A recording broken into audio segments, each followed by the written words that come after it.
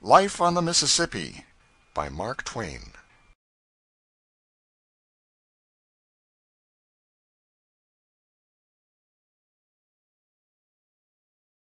Chapter 50.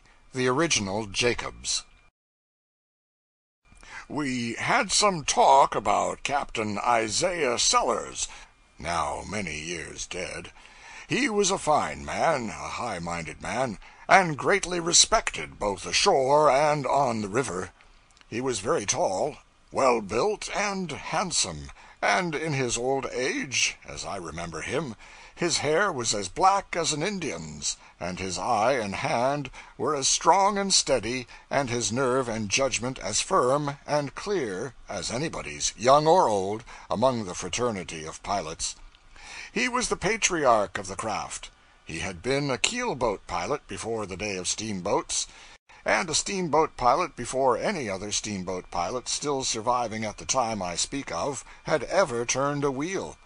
Consequently, his brethren held him in the sort of awe in which illustrious survivors of a bygone age are always held by their associates. He knew how he was regarded, and perhaps this fact added some trifle of stiffening to his natural dignity, which had been sufficiently stiff in its original state.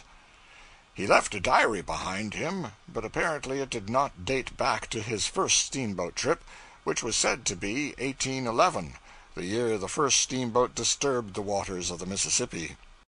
At the time of his death, a correspondent of the St. Louis Republican culled the following items from the diary.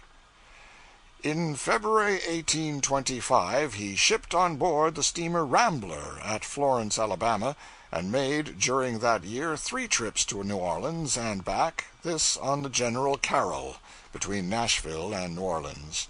It was during his stay on this boat that Captain Sellers introduced the tap of the bell as a signal to heave the lead, previous to which time it was the custom for the pilot to speak to the men below when soundings were wanted. The proximity of the forecastle to the pilot-house no doubt rendered this an easy matter, but how different on one of our palaces of the present day. In 1827 we find him on board the President, a boat of 285 tons burden, and plying between Smithland and New Orleans. Thence he joined the Jubilee in 1828, and on this boat he did his first piloting in the St. Louis trade, his first watch extending from Herculaneum to St. Genevieve. On May 26, 1836, he completed and left Pittsburgh in charge of the steamer Prairie, a boat of 400 tons, and the first steamer with a stateroom cabin ever seen at St. Louis. In 1857 he introduced the signal for meeting boats, and which has, with some slight change, been the universal custom of this day, in fact is rendered obligatory by act of Congress. As general items of river history we quote the following marginal notes from his general log. In March 1825, General Lafayette left New Orleans for St. Louis on the low-pressure steamer Natchez. In January 1828, 21 steamers left the New Orleans wharf to celebrate the occasion of General Jackson's visit to that city. In 1830, the North America made the run from New Orleans to Memphis in 6 days, best time on record to that date. It has since been made in 2 days and 10 hours. In 1831, the Red River Cut-Off formed. In 1832, steamer Hudson made the run from White River to Helena, a distance of 75 miles, in 12 hours. This was the source of much talk and speculation among the parties directly interested. In 1839, Great Horseshoe Cut-Off formed. Up to the present time, a term of 35 years, we ascertain, by reference to the diary, he has made 460 round trips to New Orleans, which gives a distance of 1,104,000 miles, or an average of 86 miles a day. Whenever Captain Sellers approached a body of gossiping pilots, a chill fell there, and talking ceased. For this reason, whenever 6 pilots were gathered together, there would always be 1 or 2 newly fledged ones in the lot, and the elder ones would be always showing off before these poor fellows. making them sorrowfully feel how callow they were, how recent their nobility, and how humble their degree, by talking largely and vaporously of old-time experiences on the river, always making it a point to date everything back as far as they could, so as to make the new men feel their newness to the sharpest degree possible, and envy the old stagers in the like degree. And how these complacent bald heads would swell, and brag, and lie, and date back 10, 15, 20 years, and how they did enjoy the effect produced upon the marveling and envying youngsters. And perhaps, just at this happy stage of the proceedings, the stately figure of Captain Isaiah Sellers, that real and only genuine son of antiquity, would drift solemnly into the midst. Imagine the size of the silence that would result on the instant, and imagine the feelings of those bald heads, and the exultation of their recent audience, when the ancient captain would begin to drop casual and indifferent remarks of a reminiscent nature, about islands that had disappeared, and cut-offs that had been made, a generation before the oldest bald head in the company had ever set his foot in a pilot-house. Many and many a time did this ancient mariner appear on the scene in the above fashion, and spread disaster and humiliation around him. If one might believe the pilots, he always dated his islands back to the misty dawn of river history, and he never used the same island twice, and never did he employ an island that still existed, or give one a name which anybody present was old enough to have heard of before. If you might believe the pilots, he was always conscientiously particular about little details. Never spoke of the state of Mississippi, for instance. No, he would say, when the state of Mississippi was where Arkansas now is, and would never speak of Louisiana or Missouri in a general way, and leave an incorrect impression on your mind. No, he would say, when Louisiana was up the river farther, or when Missouri was on the Illinois side. The old gentleman was not of literary turn or capacity, but he used to jot down brief paragraphs of plain practical information about the river, and sign them Mark Twain, and give them to the New Orleans Picayune. They related to the stage and condition of the river, and were accurate and valuable, and thus far they contained no poison. But in speaking of the stage of the river today, at a given point, the captain was pretty apt to drop in a little remark about this being the first time he had seen the water so high or so low at that particular point for 49 years, and now and then he would mention island so-and-so, and follow it, in parenthesis, with some such observation as, disappeared in 1807, if I remember rightly. In these antique interjections lay poison and bitterness for the other old pilots, and they used to chafe the Mark Twain paragraphs with unsparing mockery. It so chanced that one of these paragraphs, footnote, the original MS of it, in the captain's own hand, has been sent to me from New Orleans. It reads as follows: Vicksburg, May 4, 1859. My opinion, for the benefit of the citizens of New Orleans, the water is higher this far up than it has been since 8. My opinion is that the water will be feet deep in Canal Street before the 1st of next June. Mrs. Turner's plantation at the head of Big Black Island is all under water, and it has not been since 1815. I. Sellers. One of these paragraphs became the text for my first newspaper article.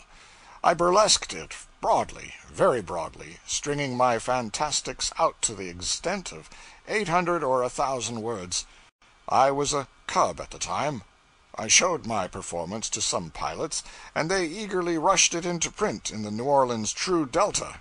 It was a great pity, for it did nobody any worthy service, and it sent a pang deep into a good man's heart. There was no malice in my rubbish, but it laughed at the captain.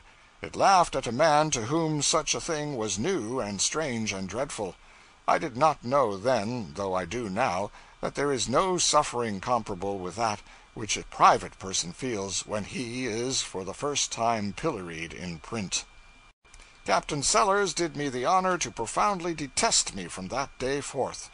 When I say he did me the honor, I am not using empty words. It was a very real honor to be in the thoughts of so great a man as Captain Sellers, and I had wit enough to appreciate it and be proud of it. It was distinction to be loved by such a man, but it was a much greater distinction to be hated by him, because he loved scores of people, but he didn't sit up nights to hate anybody but me. He never printed another paragraph while he lived, and he never again signed Mark Twain to anything. At the time that the telegraph brought the news of his death, I was on the Pacific coast. I was a fresh new journalist, and needed a nom de guerre, so I confiscated the ancient mariner's discarded one, and have done my best to make it remain what it was in his hands, a sign and symbol and warrant that whatever is found in its company may be gambled on as being the petrified truth. How I have succeeded it would not be modest in me to say. The captain had an honorable pride in his profession and an abiding love for it. He ordered his monument before he died, and kept it near him until he died. It stands over his grave now in Bellefontaine Cemetery, St. Louis. It is his image, in marble, standing on duty at the pilot wheel, and worthy to stand and confront criticism, for it represents a man who, in life, would have stayed there till he burned to a cinder, if duty required it. The finest thing we saw on our whole Mississippi trip we saw as we approached New Orleans in the steam tug. This was the curving frontage of the Crescent City, lit up with the white glare of 5 miles of electric lights. It was a wonderful sight, and very beautiful. Chapter 51, Reminiscences. We left for St. Louis in the city of Baton Rouge on a delightfully hot day, but with the main purpose of my visit but lamely accomplished. I had hoped to hunt up and talk with 100 steamboatmen, but got so pleasantly involved in the social life of the town that I got nothing more than mere 5-minute talks with a couple of dozen of the craft. I was on the bench of the pilot house when we backed out and straightened up for the start, the boat pausing for a good ready in the old-fashioned way, and the black smoke piling out of the chimneys equally in the old-fashioned way. Then we began to gather momentum, and presently were fairly under way and booming along. It was all as natural and familiar, and so were the shoreward sights, as if there had been no break in my river life. There was a cub, and I judged that he would take the wheel now, and he did. Captain Bixby stepped into the pilot house. Presently the cub closed up on the rank of steamships. He made me nervous, for he allowed too much water to show between our boat and the ships. I knew quite well what was going to happen, because I could date back in my own life and inspect the record. The captain looked on during a silent half-minute, then took the wheel himself and crowded the boat in, till she went scraping along within a hand-breadth of the ships. It was exactly the favor which he had done me about a quarter of a century before, in that same spot, the first time I ever steamed out of the port of New Orleans. It was a very great and sincere pleasure to me to see the thing repeated, with somebody else as victim. We made Natchez, 300 miles, in 22 hours and a half, much the swiftest passage I have ever made over that piece of water. The next morning I came on with the 4 o'clock watch, and saw Ritchie successfully run half a dozen crossings in a fog, using for his guidance the marked chart devised and patented by Bixby and himself. This sufficiently evidenced the great value of the chart. By and by, when the fog began to clear off, I noticed that the reflection of a tree in the smooth water of an overflowed bank 600 yards away was stronger and blacker than the ghostly tree itself. The faint spectral trees, dimly glimpsed through the shredding fog, were very pretty things to see. We had a heavy thunderstorm at Natchez, another at Vicksburg, and still another about 50 miles below Memphis. They had an old-fashioned energy which had long been unfamiliar to me. This third storm was accompanied by a raging wind. We tied up to the bank when we saw the tempest coming, and everybody left the pilot house but me.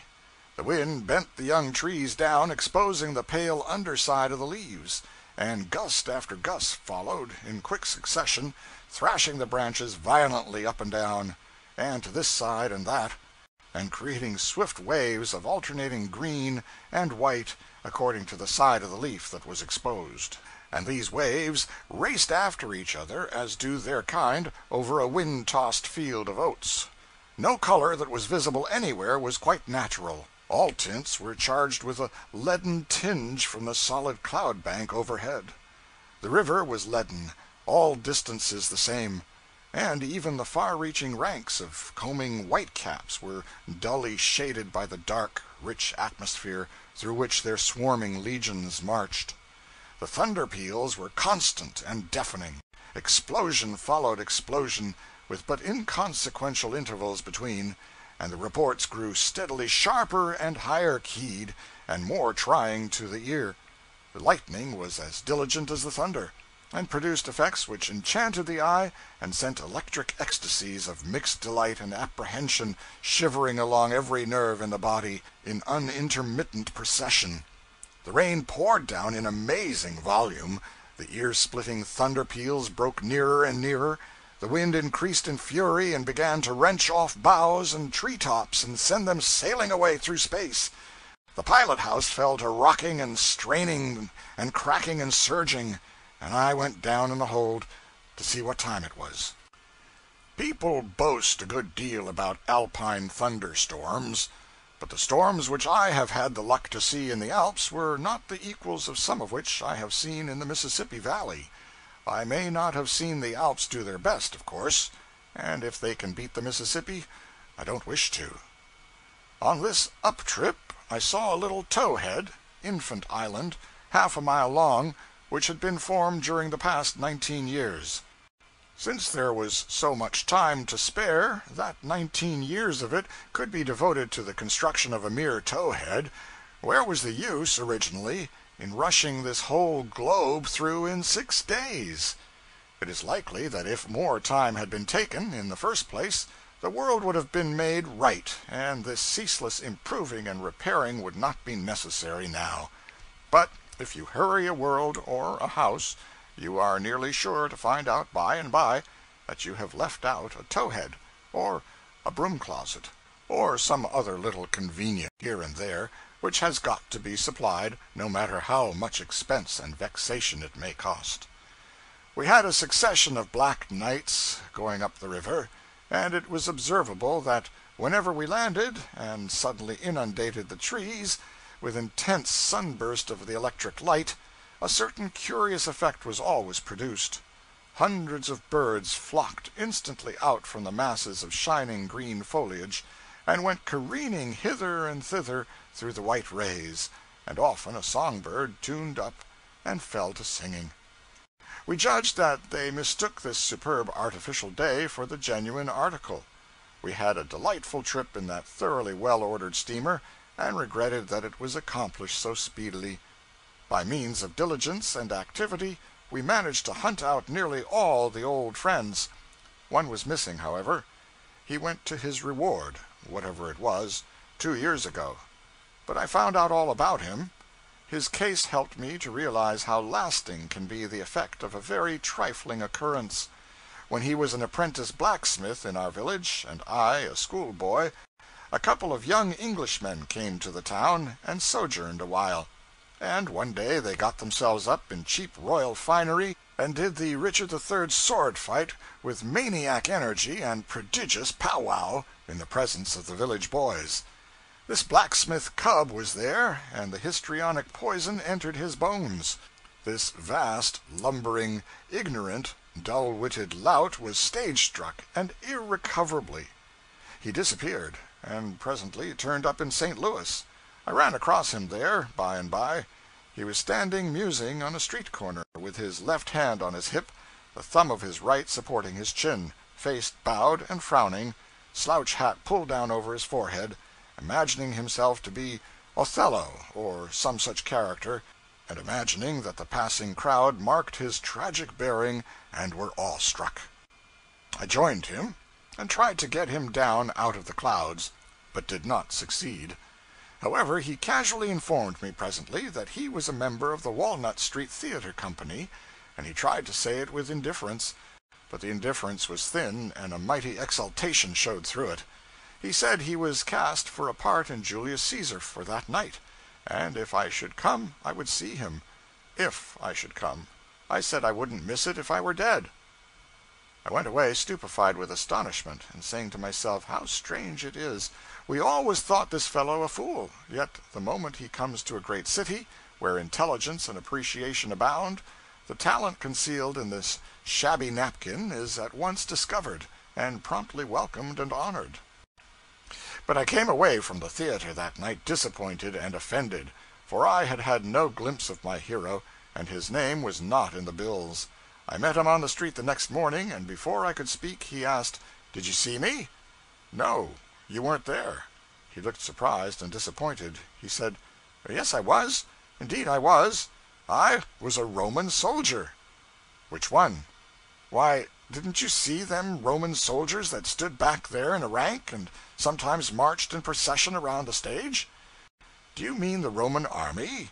Those six-sandaled roustabouts in night-shirts, with tin shields and helmets, that marched around treading on each other's heels, in charge of a spider-legged consumptive dressed like themselves?" "Well, that's it. I was one of them Roman soldiers. I was the next to the last one. Half a year ago I used to always be the last one, but I've been promoted." "Well, they told me that poor fellow remained a Roman soldier to the last, a matter of 34 years.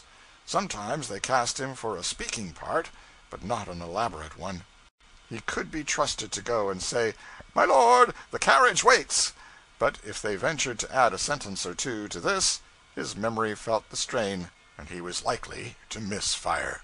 Yet, poor devil, he had been patiently studying the part of Hamlet for more than 30 years, and he lived and died in the belief that some day he would be invited to play it.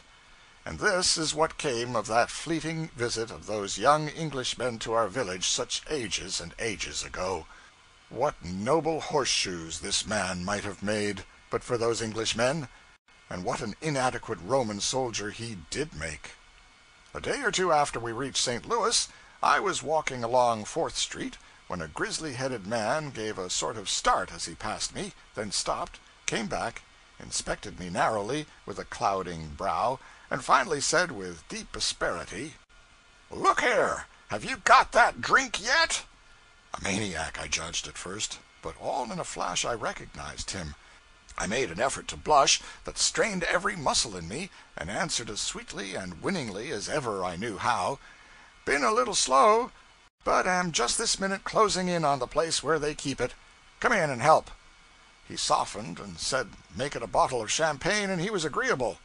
He said he had seen my name in the papers, and had put all his affairs aside and turned out, resolved to find me or die, and make me answer that question satisfactorily or kill me, though the most of his late asperity had been rather counterfeit than otherwise. This meeting brought back to me the St. Louis riots of about 30 years ago. I spent a week there at that time, in a boarding house, and had this young fellow for a neighbor across the hall. We saw some of the fightings and killings, and by we went one night to an armory where 200 young men had met, upon call, to be armed and go forth against the rioters under command of a military man. We drilled till about 10 o'clock at night. Then news came that the mob were in great force in the lower end of the town, and were sweeping everything before them. Our column moved at once. It was a very hot night, and my musket was very heavy. We marched and marched, and the nearer we approached the seat of war, the hotter I grew, and the thirstier I got. I was behind my friend, so finally I asked him to hold my musket while I dropped out and got a drink. Then I branched off and went home. I was not feeling any solicitude about him, of course, because I knew he was so well armed now that he could take care of himself without any trouble. If I had had any doubts about that, I would have borrowed another musket for him. I left the city pretty early the next morning, and if this grizzled man had not happened to encounter my name in the papers the other day in St. Louis, and felt moved to seek me out, I should have carried to my grave a heart-torturing uncertainty as to whether he ever got out of the riots all right or not. I ought to have inquired 30 years ago, I know that, and I would have inquired if I had had the muskets, but in the circumstances he seemed better fixed to conduct the investigations than I was. One Monday, near the time of our visit to St. Louis, the Globe Democrat came out with a couple of pages of Sunday statistics, whereby it appeared that 119,448 St. Louis people attended the morning and evening church services the day before, and 23,102 children attended Sunday school. Thus, 142,550 persons out of the city's total of 400,000 population respected the day religious-wise. I found these statistics in a condensed form in a telegram of the Associated Press and preserved them. They made it apparent that St. Louis was in a higher state of grace than she could have claimed to be in any time. But now that I canvass the figures narrowly, I suspect that the telegraph mutilated them. It cannot be that there are more than 150,000 Catholics in the town. The other 250,000 must be classified as Protestants. Out of these 250,000, according to this questionable telegram, only 26,362 attended church and Sunday school, while out of the 150,000 Catholics, 116,188 went to church and Sunday school. Chapter 52. A Burning Brand. All at once the thought came into my mind, I have not sought out Mr. Brown. Upon that text I desire to depart from the direct line of my subject and make a little excursion. I wish to reveal a secret which I have carried with me 9 years, and which has become burdensome.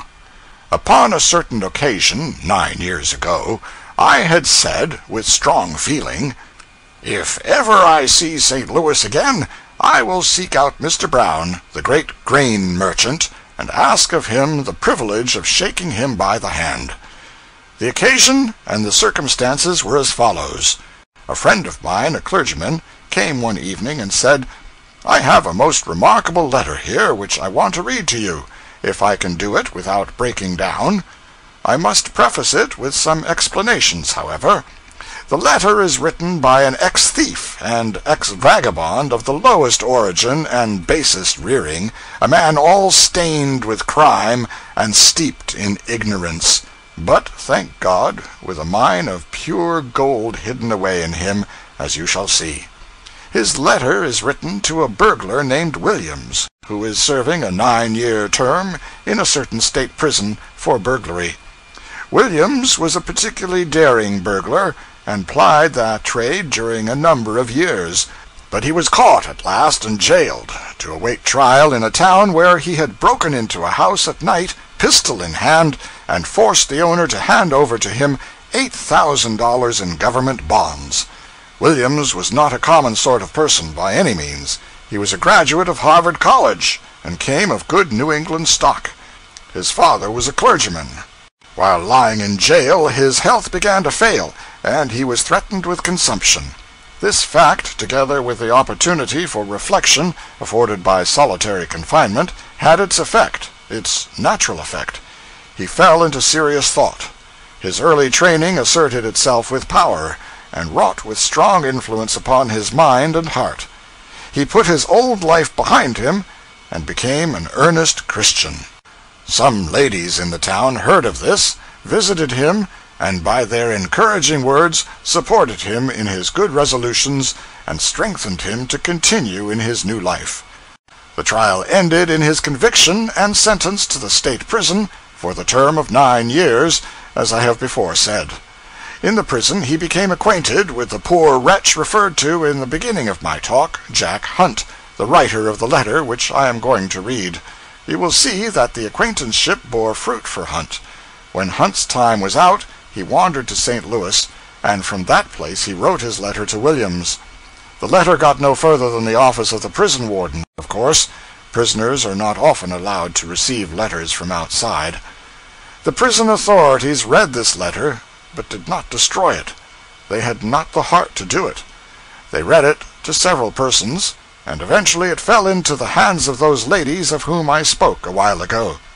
The other day I came across an old friend of mine, a clergyman, who had seen this letter, and was full of it. The mere remembrance of it so moved him that he could not talk of it without his voice breaking. He promised to get a copy of it for me, and here it is, an exact copy, with all the imperfections of the original preserved. It has many slang expressions in it, thieves' argot, but their meaning has been interlined, in parenthesis, by the prison authorities. Louis, June 9, 1872. Mr. W., friend Charlie, if I may call you so, I know you are surprised to get a letter from me, but I hope you won't be mad at my writing to you. I want to tell you my thanks for the way you talked to me when I was in prison. It has led me to try and be a better man. I guess you thought I did not care for what you said, and at the first go-off I didn't. But I knowed you was a man who had done big work with good men and want no succor, nor want gassing, and all the boys knowed it. I used to think at night what you said, and for it I knocked off swearing months before my time was up, for I saw it want no good, nohow. The day my time was up, you told me if I would shake the cross, quit stealing, and live on the square for months, it would be the best job I ever done in my life. The state agent give me a ticket to here, and on the car I thought more of what you said to me, but didn't make up my mind. When we got to Chicago on the cars from there to here, I pulled off an old woman's leather, robbed her of her pocketbook. I hadn't no more than got it off when I wished I hadn't done it.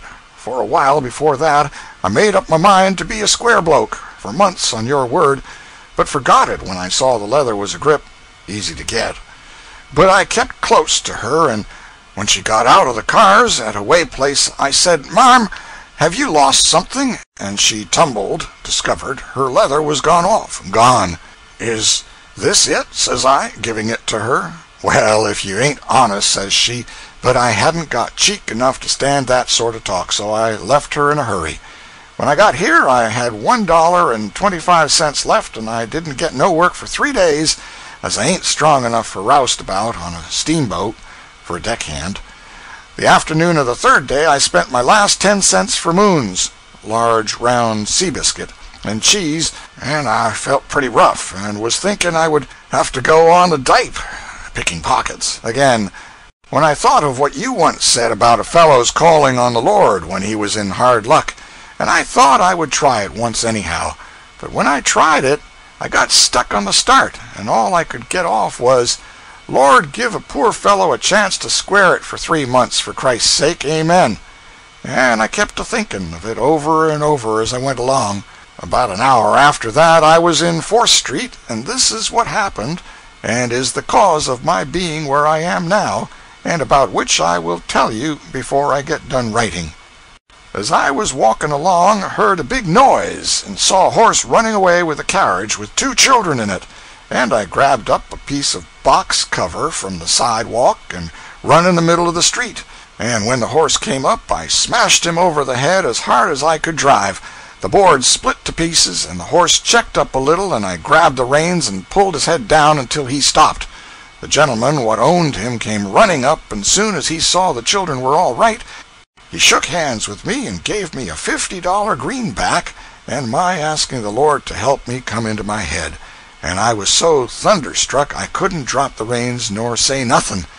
He saw something was up, and coming back to me, said, "My boy, are you hurt?"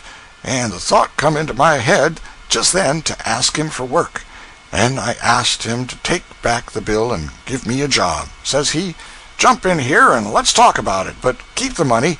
He asked me if I could take care of horses, and I said yes, for I used to hang round livery stables and often would help clean and drive horses. He told me he wanted a man for that work, and would give me $16 a month and board me. You bet I took that chance at once. That night, in my little room over the stable, I sat a long time thinking over my past life and of what had just happened, and I just got down on my knees and thanked the Lord for the job and to help me to square it, and to bless you for putting me up to it. And the next morning I done it again, and got me some new togs, clothes, and a Bible, for I made up my mind, after what the Lord had done for me, I would read the Bible every night and morning, and ask him to keep an eye on me. When I had been there about a week, Mr. Brown, that's his name, came in my room one night and saw me reading the Bible.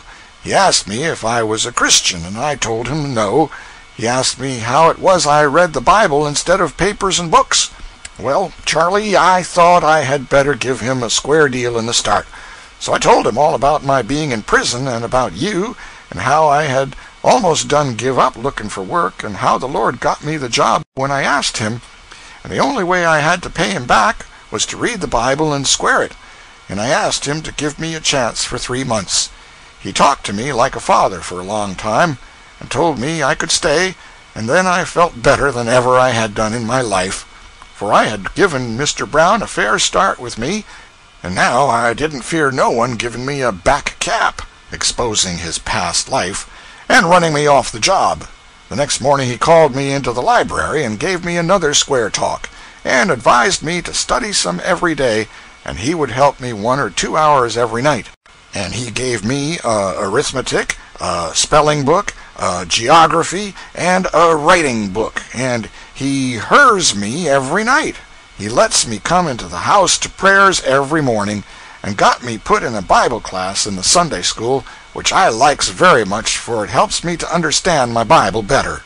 Now, Charlie, the 3 months on the square are up 2 months ago, and, as you said, it is the best job I ever did in my life, and I commenced another of the same sort right away, only it is to God helping me to last a lifetime, Charlie. I wrote this letter to tell you I do think God has forgiven my sins and heard your prayers, for you told me you should pray for me. I know I love to read His Word and tell Him all my troubles, and He helps me, I know, for I have plenty of chances to steal, but I don't feel to as I once did, and now I take more pleasure in going to church than to the theater, and that wasn't so once.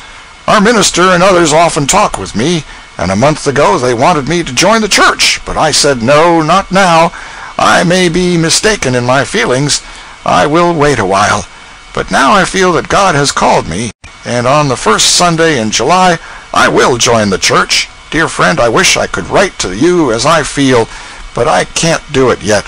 You know, I learned to read and write while prisons and I ain't got well enough along to write as I would talk. I know I ain't spelled all the words right in this, and lots of other mistakes, but you will excuse it, I know. For you know I was brought up in a poorhouse until I run away, and that I never knew who my father and mother was, and I don't know my right name, and I hope you won't be mad at me. But I have as much right to one name as another, and I have taken your name, for you won't use it when you get out, I know, and you are the man I think most of in the world. So I hope you won't be mad. I am doing well. I put $10 a month in bank with $25 of the $50. If you ever want any or all of it, let me know, and it is yours. I wish you would let me send you some now. I send you with this a receipt for a year of Little's living age. I didn't know what you would like, and I told Mr. Brown, and he said he thought you would like it. I wish I was near you so I could send you chuck refreshments on holidays. It would spoil this weather from here, but I will send you a box next Thanksgiving anyway. Next week, Mr. Brown takes me into his store as light porter, and will advance me as soon as I know a little more. He keeps a big granary store, wholesale. I forgot to tell you of my mission school, Sunday school class. The school is in the Sunday afternoon. I went out 2 Sunday afternoons and picked up 7 kids, little boys, and got them to come in. 2 of them knew as much as I did, and I had them put in a class where they could learn something. I don't know much myself, but as these kids can't read, I get on nicely with them. I make sure of them by doing after them every Sunday hour before school time. I also got 4 girls to come. Tell Mac and Harry about me. If they will come out here when their time is up, I will get them jobs at once. I hope you will excuse this long letter and all mistakes. I wish I could see you, for I can't write as I would talk. I hope the warm weather is doing your lungs good. I was afraid when you was bleeding you would die. Give my respects to all the boys, and tell them how I am doing. I am doing well, and everyone here treats me as kind as they can. Mr. Brown is going to write to you sometime. I hope someday you will write to me. This letter is from your very true friend, C.W., who you know as Jack Hunt. I send you Mr. Brown's card. Send my letter to him. Here was true eloquence, irresistible eloquence, and without a single grace or ornament to help it out. I have seldom been so deeply stirred by any piece of writing.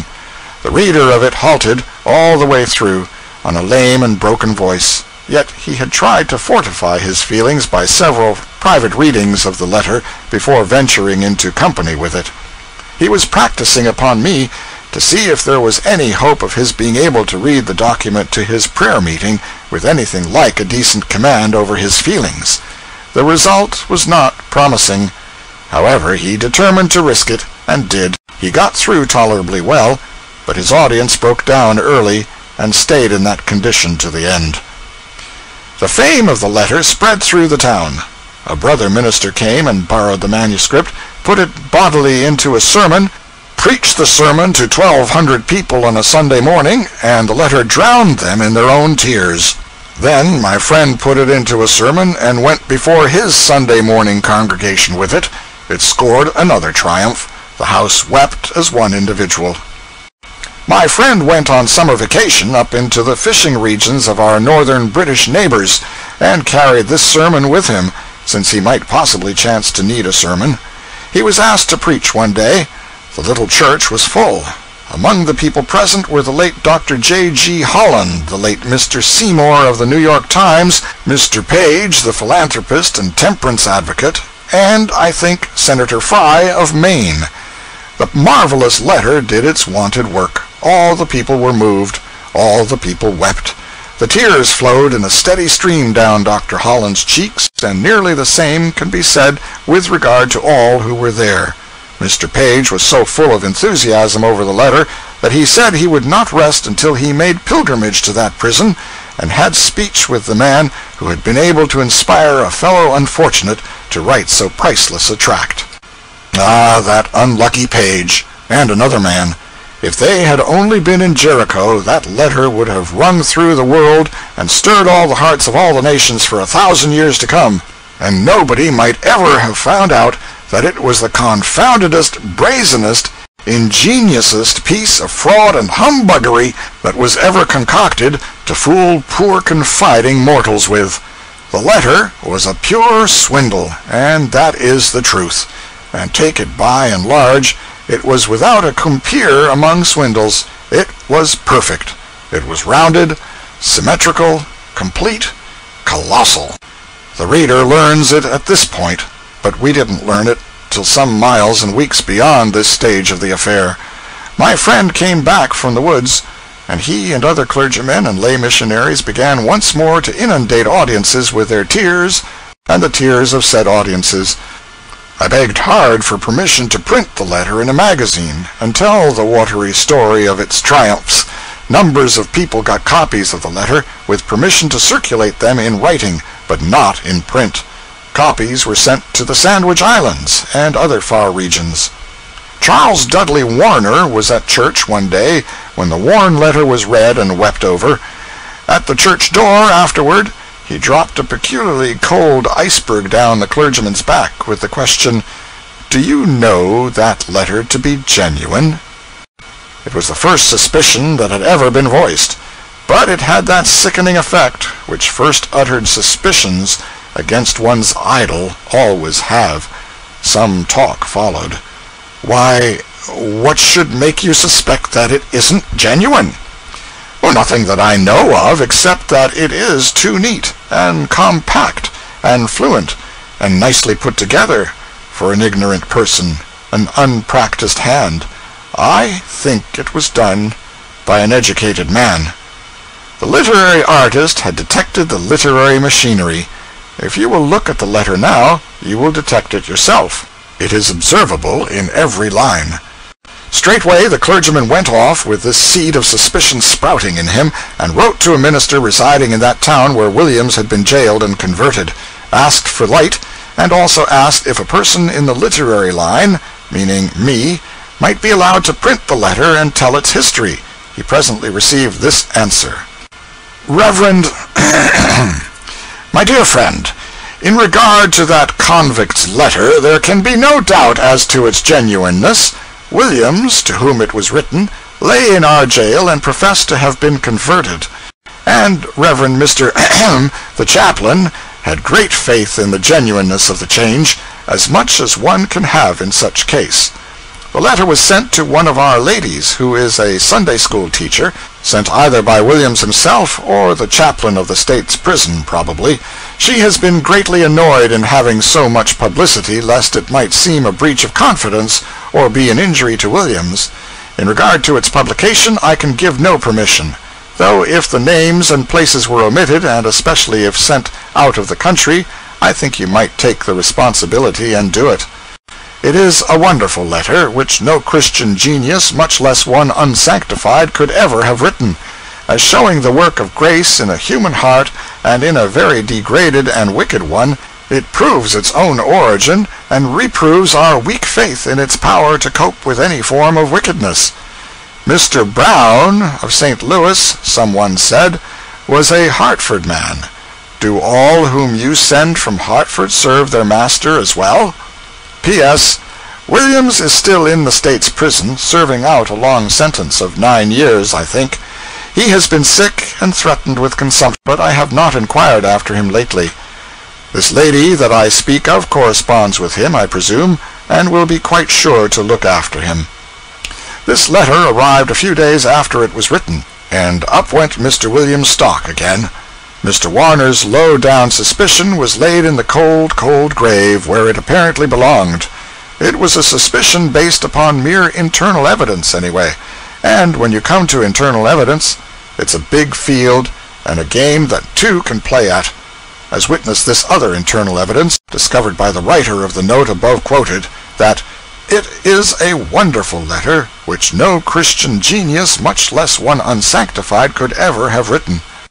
I had permission now to print, provided I suppressed names and places and sent my narrative out of the country, so I chose an Australian magazine for vehicle, as being far enough out of the country, and set myself to work on my article, and the ministers set the pumps going again, with a letter to work the handles.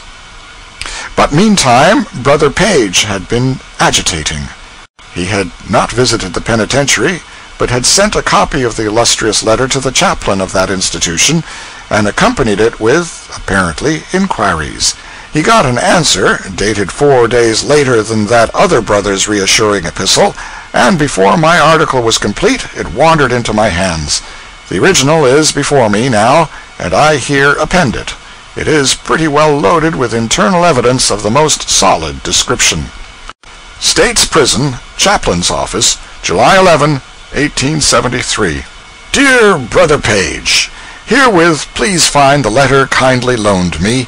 I am afraid its genuineness cannot be established. It purports to be addressed to some prisoner here. No such letter ever came to a prisoner here.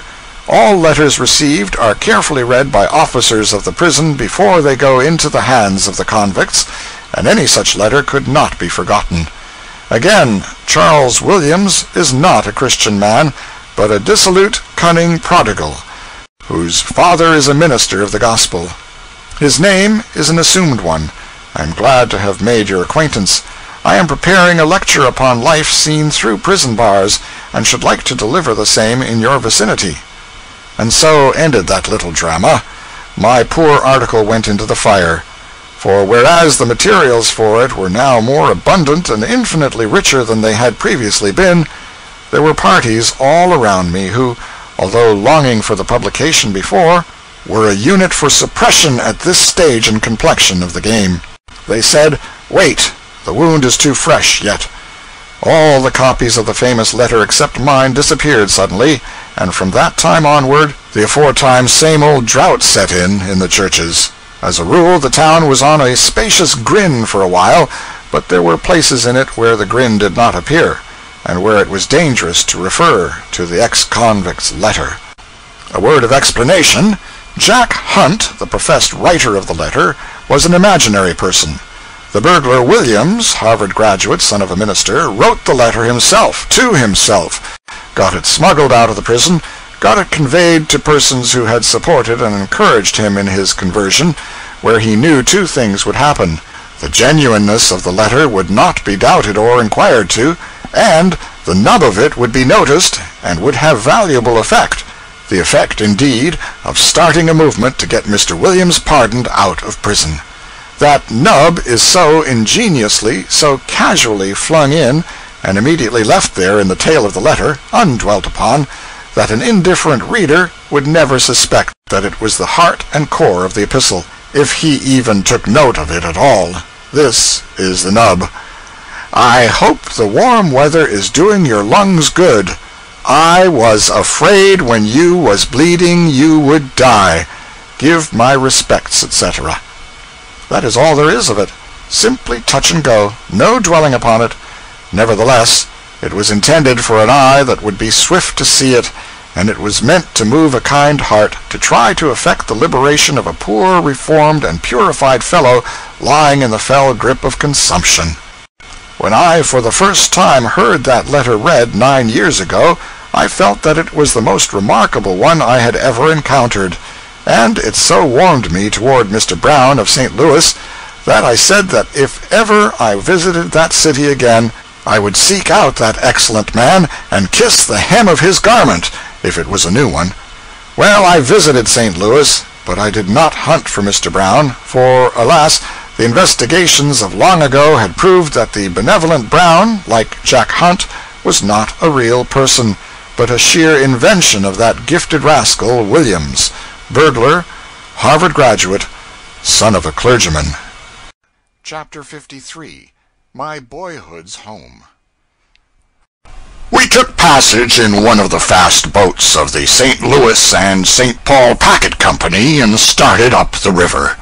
When I, as a boy, first saw the mouth of the Missouri River, it was 22 or 23 miles above St. Louis, according to the estimate of pilots. The wear and tear of the banks have moved it down 8 miles since then, and the pilots say that within 5 years the river will cut through and move the mouth down 5 miles more, which will bring it within 10 miles of St. Louis.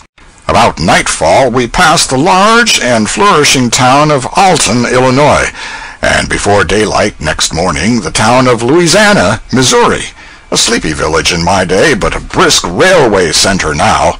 However, all the towns out there are railway centers now.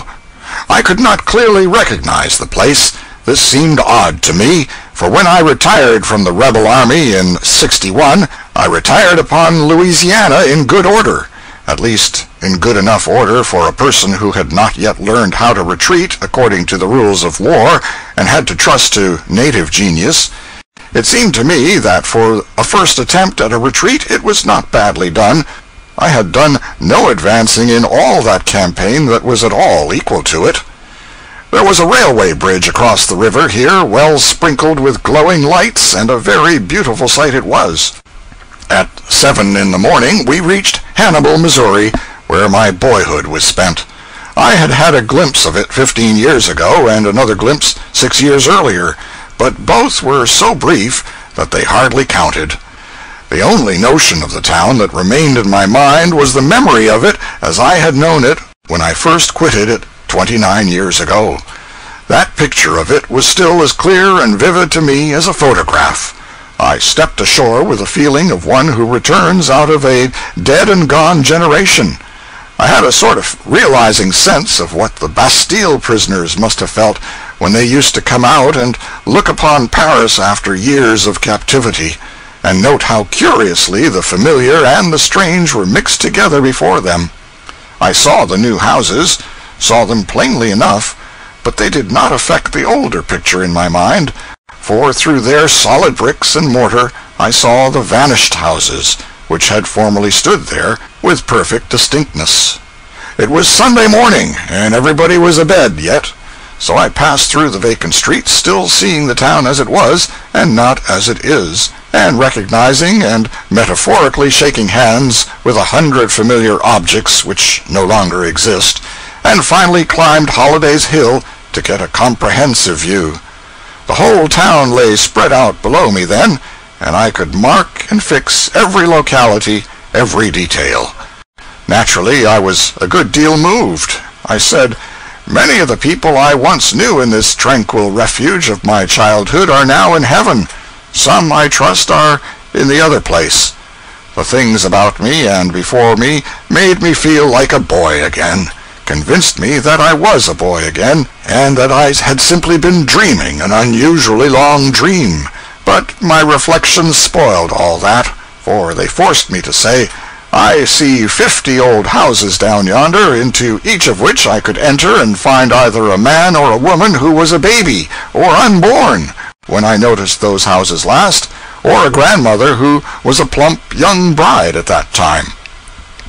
From this vantage ground, the extensive view up and down the river and wide over the wooded expanses of Illinois is very beautiful, one of the most beautiful on the Mississippi, I think, which is a hazardous remark to make, for the 800 miles of river between St. Louis and St. Paul afford an unbroken succession of lovely pictures. It may be that my affection for the one in question biases my judgment in its favor. I cannot say as to that. No matter, it was satisfyingly beautiful to me, and it had this advantage over all the other friends whom I was about to greet again: it had suffered no change. It was as young and fresh and comely and gracious as ever it had been, whereas the faces of the others would be old and scarred with the campaigns of life, and marked with their griefs and defeats, and would give me no upliftings of spirit. An old gentleman out on an early morning walk came along, and we discussed the weather, and then drifted into other matters. I could not remember his face. He said he had been living here 28 years, so he had come after my time, and I had never seen him before. I asked him various questions, first about a mate of mine in Sunday school, what became of him. He graduated with honor in an Eastern college, wandered off into the world somewhere, succeeded at nothing, passed out of knowledge and memory years ago, and is supposed to have gone to the dogs. He was bright and promised well when he was a boy. Yes, but the thing that happened is what became of it all. I asked after another lad, altogether the brightest in our village school when I was a boy. He, too, was graduated with honors from an Eastern college, but life whipped him in every battle, straight along, and he died in one of the territories years ago, a defeated man. I asked after another of the bright boys. He is a success, always has been, always will be, I think. I inquired after a young fellow who came to the town to study for one of the professions when I was a boy. He went at something else before he got through, went from medicine to law, or from law to medicine, then to some other new thing. Went away for a year, came back with a young wife, fell to drinking, then to gambling behind the door, finally took his wife and 2 young children to her father's, and went off to Mexico. Went from bad to worse, and finally died there, without a cent to buy a shroud, and without a friend to attend the funeral. Pity, for he was the best-natured and most cheery and hopeful young fellow that ever was. I named another boy. Oh, he is all right, lives here yet, has a wife and children, and is prospering. Same verdict concerning other boys. I named 3 schoolgirls. The first 2 live here, are married, and have children. The other is long ago dead, never married. I named, with emotion, one of my early sweethearts. She is all right, been married 3 times, buried 2 husbands, divorced from the 3rd, and I hear she is getting ready to marry an old fellow out in Colorado somewhere. She's got children scattered around here and there, most everywheres. The answer to several other inquiries was brief and simple. Killed in the war. I named another boy. Well, now, his case is curious. There wasn't a human being in this town but knew that that boy was a perfect chucklehead, perfect dummy, just a stupid ass, as you may say. Everybody knew it, and everybody said it. Well, if that very boy isn't the first lawyer in the state of Missouri today, I'm a Democrat. Is that so? It's actually so. I'm telling you the truth. How do you account for it? Account for it? Well, there ain't any accounting for it, except that if you send a damn fool to St. Louis, and you don't tell them he's a damn fool, they'll never find it out. Well, there's one thing sure. If I had a damn fool, I should know what to do with him. Ship him to St. Louis. It's the noblest market in the world for that kind of property. Well, when you come to look at it all around, and chew at it, and think it over, don't it just bang anything you ever heard of? Well, yes, it does seem to. But don't you think maybe it was the Hannibal people who were mistaken about the boy, and not the St. Louis people? Oh, nonsense. The people here have known him from the very cradle. They knew him 100 times better than the St. Louis idiots could have known him. No, if you have got any damn fools that you want to realize on, take my advice. Send them to St. Louis. I mentioned a great number of people whom I had formerly known. Some were dead, some were gone away, some had prospered, some had come to naught. But as regarded a dozen or so of the lot, the answer was comforting. Prosperous, live here yet, town littered with their children. I asked about Miss died in the insane asylum 3 or 4 years ago, never was out of it from the time she went in, and was always suffering too, never got a shred of her mind back. If he spoke the truth, here was a heavy tragedy indeed. 36 years in a madhouse, that some young fools might have some fun. I was a small boy at the time, and I saw those giddy young ladies come tiptoeing into the room where Miss sat reading at midnight by a lamp. The girl at the head of the file wore a shroud and a dough-face. She crept behind the victim, touched her on the shoulder, and she looked up and screamed, and then fell into convulsions. She did not recover from the fright, but went mad. In these days, it seems incredible that people believed in ghosts so short a time ago, but they did. After asking after such other folk as I could call to mind, I finally inquired about myself. Oh, he succeeded well enough. Another case of damn fool. If they'd sent him to St. Louis, he'd have succeeded sooner. It was with much satisfaction that I recognized the wisdom of having told this candid gentleman in the beginning that my name was Smith. Chapter 54. Past and Present. Being left to myself up there, I went on picking out old houses in the distant town, and calling back their former inmates out of the moldy past. Among them I presently recognized the house of the father of Lem Hackett, fictitious name. It carried me back more than a generation in a moment, and landed me in the midst of a time when happenings of life were not the natural and logical results of great general laws, but of special orders, and were freighted with very precise and distinct purposes, partly punitive in intent, partly admonitory, and usually local in application. When I was a small boy, Lem Hackett was drowned on a Sunday. He fell out of an empty flatboat where he was playing. Being loaded with sin, he went to the bottom like an anvil.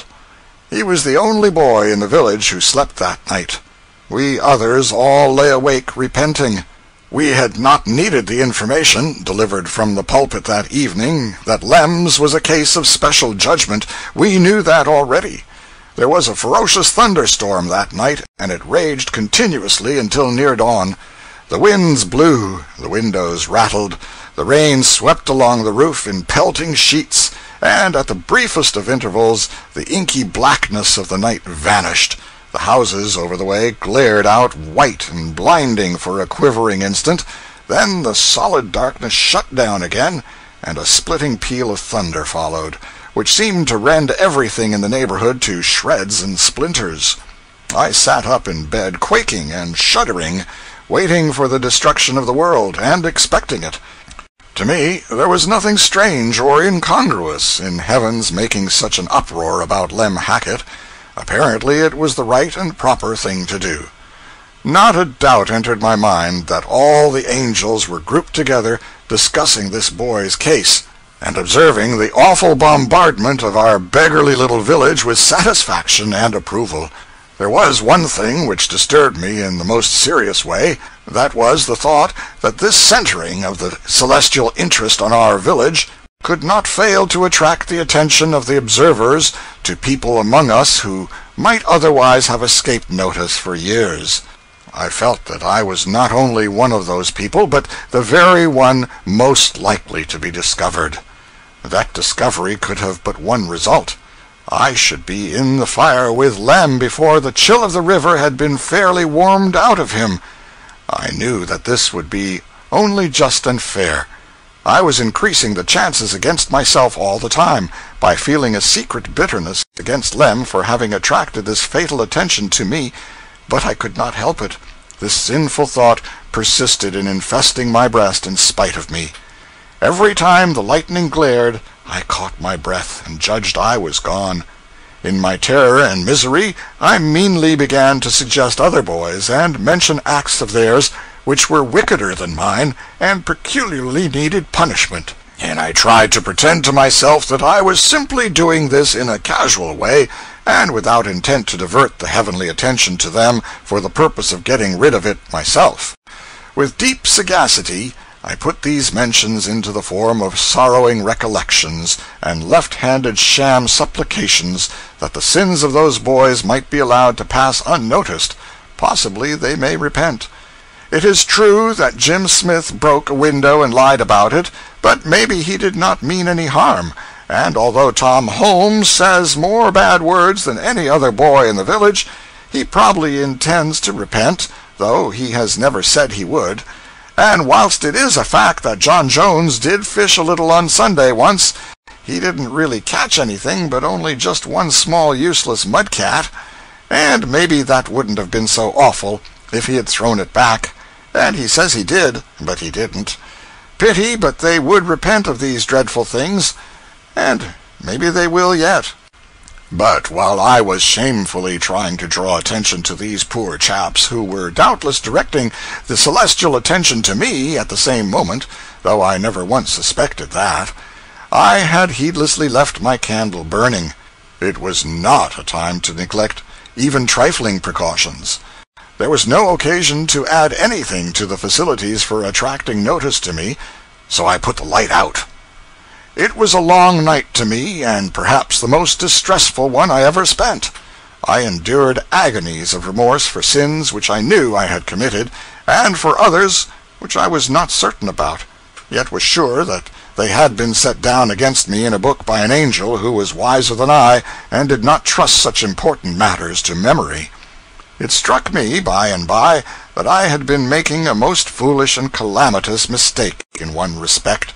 Doubtless I had not only made my own destruction sure by directing attention to those other boys, but had already accomplished theirs.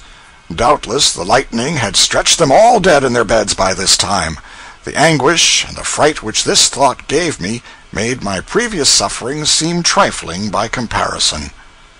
Things had become truly serious. I resolved to turn over a new leaf instantly. I also resolved to connect myself with the church the next day, if I survived to see its sun appear. I resolved to cease from sin in all its forms, and to lead a high and blameless life forever after. I would be punctual at church and Sunday school, visit the sick, carry baskets of victuals to the poor, simply to fulfill the regulation conditions, although I knew we had none among us so poor but they would smash the basket over my head for my pains. I would instruct other boys in right ways, and take the resulting trouncing meekly. I would subsist entirely on tracts. I would invade the rum shop and warn the drunkard, and finally, if I escaped the fate of those who early become too good to live, I would go for a missionary. The storm subsided toward daybreak, and I dozed gradually to sleep with a sense of obligation to Lem Hackett for going to eternal suffering in that abrupt way, and thus preventing a far more dreadful disaster, my own loss. But when I rose refreshed by and by, and found that those other boys were still alive, I had a dim sense that perhaps the whole thing was a false alarm, that the entire turmoil had been on Lem's account and nobody's else. The world looked so bright and safe that there did not seem to be any real occasion to turn over a new leaf. I was a little subdued during that day, and perhaps the next. After that, my purpose of reforming slowly dropped out of my mind, and I had a peaceful, comfortable time again, until the next storm. That storm came about 3 weeks later, and it was the most unaccountable one to me that I had ever experienced. For on the afternoon of that day, Dutchy was drowned. Dutchy belonged to our Sunday school. He was a German lad who did not know enough to come in out of the rain. But he was exasperatingly good, and had a prodigious memory. One Sunday he made himself the envy of all the youth and the talk of all the admiring village by reciting 3,000 verses of Scripture without missing a word. Then he went off the very next day and got drowned. Circumstances gave to his death a peculiar impressiveness. We were all bathing in a muddy creek which had a deep hole in it, and in this hole the coopers had sunk a pile of green hickory hoop poles to soak, some 12 feet under water. We were diving and seeing who could stay under longest. We managed to remain down by holding on to the hoop poles. Dutchy made such a poor success of it that he was hailed with laughter and derision every time his head appeared above water. At last he seemed hurt with the taunts, and begged us to stand still on the bank and be fair with him and give him an honest count. Be friendly and kind just this once, and not miscount for the sake of having the fun of laughing at him. Treacherous winks were exchanged, and all said, "All right, Dutchy, go ahead, we'll play fair."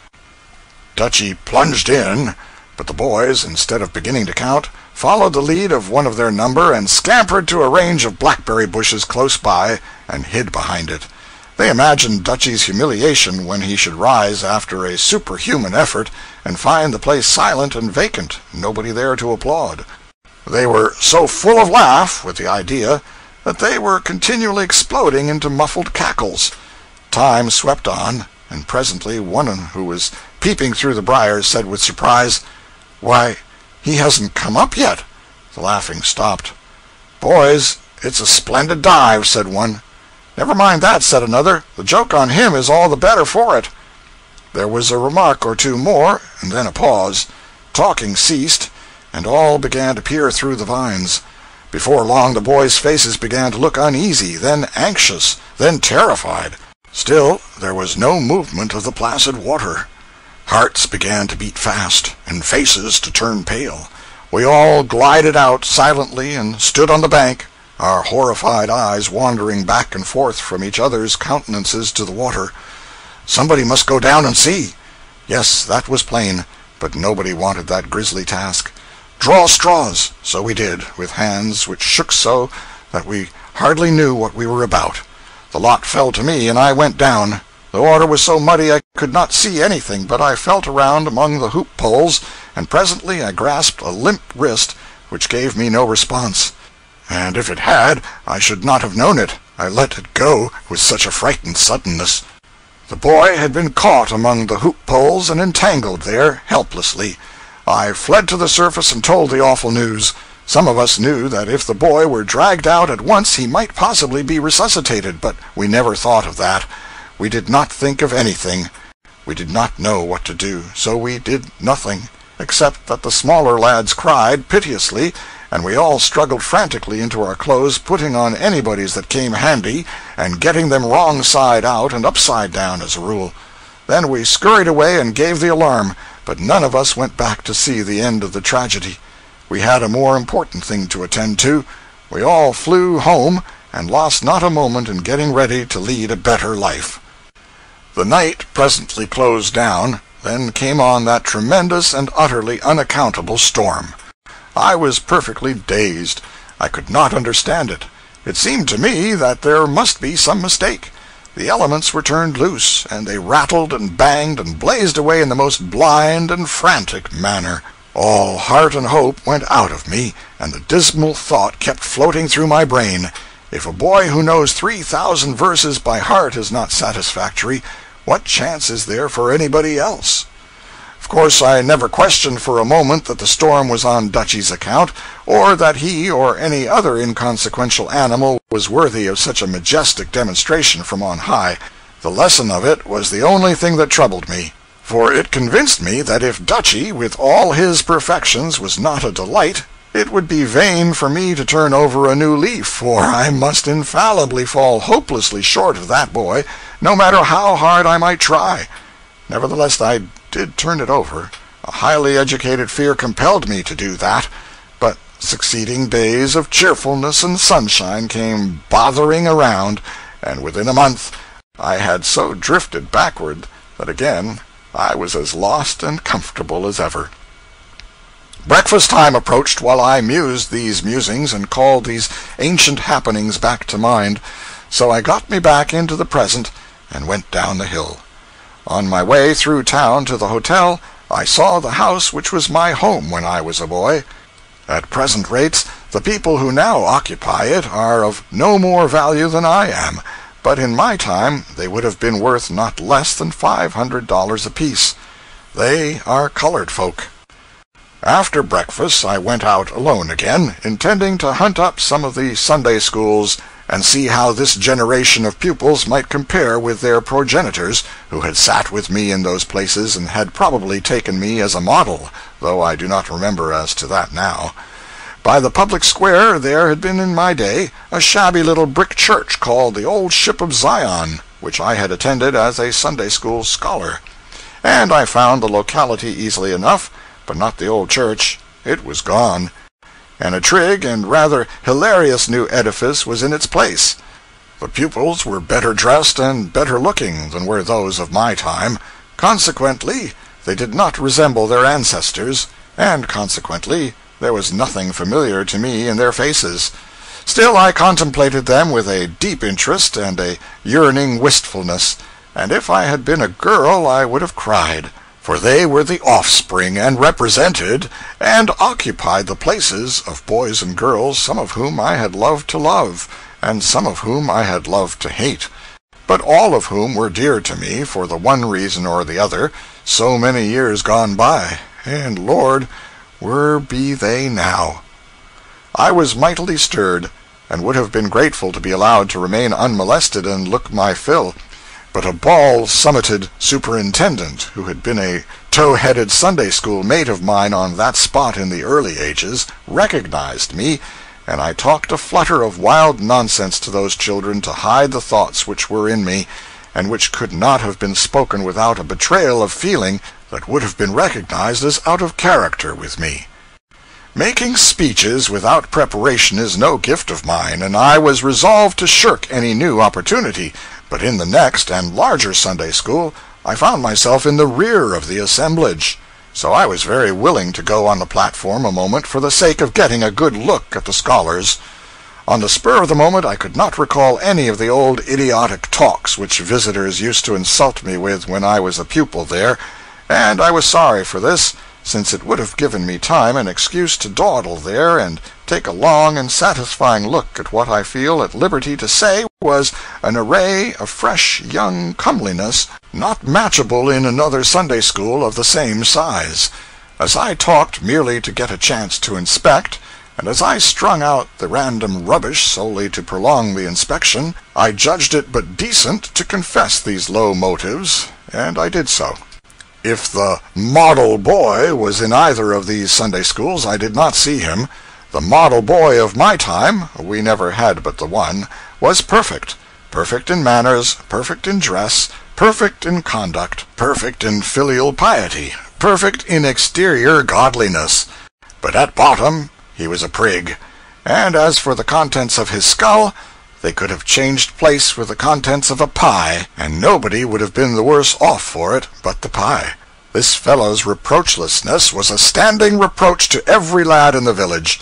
He was the admiration of all the mothers, and the detestation of all their sons. I was told what became of him, but as it was a disappointment to me, I will not enter into details. He succeeded in life. Chapter 55. A Vendetta and Other Things. During my 3 days' stay in the town, I woke up every morning with the impression that I was a boy, for in my dreams the faces were all young again, and looked as they had looked in the old times. But I went to bed 100 years old every night, for meantime I had been seeing those faces as they are now. Of course I suffered some surprises along at first, before I had become adjusted to the changed state of things. I met young ladies who did not seem to have changed at all. but they turned out to be the daughters of the young ladies I had in mind, sometimes their granddaughters. When you are told that a stranger of 50 is a grandmother, there is nothing surprising about it. But if, on the contrary, she is a person whom you knew as a little girl, it seems impossible. You say to yourself, how can a little girl be a grandmother? It takes some little time to accept and realize the fact that while you have been growing old, your friends have not been standing still in that matter. I noticed that the greatest changes observable were with the women, not the men. I saw men whom 30 years had changed but slightly, but their wives had grown old. These were good women. It is very wearing to be good. There was a saddler whom I wished to see, but he was gone, dead these many years, they said. Once or twice a day the saddler used to go tearing down the street, putting on his coat as he went, and then everybody knew a steamboat was coming. Everybody knew, also, that John Stavely was not expecting anybody by the boat, or any freight either. And Stavely must have known that everybody knew this. Still, it made no difference to him. He liked to seem to himself to be expecting 100,000 tons of saddles by this boat, and so he went on all his life, enjoying being faithfully on hand to receive and receipt for those saddles, in case by any miracle they should come. A malicious Quincy paper used always to refer to this town in derision as Stavely's Landing. Stavely was one of my earliest admirations. I envied him his rush of imaginary business, and the display he was able to make of it before strangers, as he went flying down the street struggling with his fluttering coat. But there was a carpenter who was my chiefest hero. He was a mighty liar, but I did not know that. I believed everything he said. He was a romantic, sentimental, melodramatic fraud, and his bearing impressed me with awe. I vividly remember the first time he took me into his confidence. He was planning a board, and every now and then he would pause and heave a deep sigh, and occasionally mutter broken sentences, confused and not intelligible, but out of their midst an ejaculation sometimes escaped which made me shiver and did me good. One was, "Oh God, it is his blood!" I sat on the tool chest and humbly and shudderingly admired him, for I judged he was full of crime. At last he said in a low voice, "My little friend, can you keep a secret?" I eagerly said I could. "A dark and dreadful one?" I satisfied him on that point. "Then I will tell you some passages in my history, for, oh, I must relieve my burdened soul, or I shall die." He cautioned me once more to be as silent as the grave. Then he told me he was a red-handed murderer. He put down his plane, held his hands out before him, contemplated them sadly, and said, "Look, with these hands I have taken the lives of 30 human beings." The effect which this had upon me was an inspiration to him, and he turned himself loose upon his subject with interest and energy. He left generalizing, and went into details, began with his first murder, described it, told what measures he had taken to avert suspicion, then passed to his second homicide, his third, his fourth, and so on. He had always done his murders with a bowie knife, and he made all my hairs rise by suddenly snatching it out and showing it to me. At the end of this first séance, I went home with 6 of his fearful secrets among my freightage, and found them a great help to my dreams, which had been sluggish for a while back. I sought him again and again on my Saturday holidays. In fact, I spent the summer with him, all of which was valuable to me. His fascinations never diminished, for he threw something fresh and stirring in the way of horror into each successive murder. He always gave names, dates, places, everything. This, by and by, enabled me to note 2 things: that he had killed his victims in every quarter of the globe, and that these victims were always named Lynch. The destruction of the Lynches went serenely on, Saturday after Saturday, until the original 30 had multiplied to 60, and more to be heard from yet. Then my curiosity got the better of my timidity, and I asked how it happened that these justly punished persons all bore the same name. My hero said he had never divulged that dark secret to any living being, but felt that he could trust me, and therefore he would lay bare before me the story of his sad and blighted life. He had loved one too fair for earth, and she had reciprocated with all the sweet affection of her pure and noble nature. But he had a rival, a base hireling named Archibald Lynch, who said the girl should be his, or he would dye his hands in her heart's best blood. The carpenter, innocent and happy in love's young dream, gave no weight to the threat, but led his golden-haired darling to the altar, and there the two were made one. There also, just as the minister's hands were stretched in blessing over their heads, the fell deed was done with a knife, and the bride fell a corpse at her husband's feet. And what did the husband do? He plucked forth that knife, and kneeling by the body of his lost one, swore to consecrate his life to the extermination of all the human scum that bear the hated name of Lynch. That was it. He had been hunting down the Lynches and slaughtering them from that day to this, 20 years.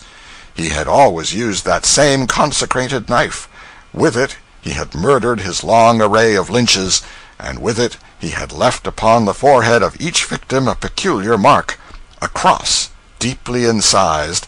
Said he, "The cross of the mysterious avenger is known in Europe, in America, in China, in Siam, in the tropics, in the polar seas, in the deserts of Asia, in all the earth. Wherever in the uttermost parts of the globe a Lynch has penetrated, there has the mysterious cross been seen, and those who have seen it have shuddered and said, 'It is his mark.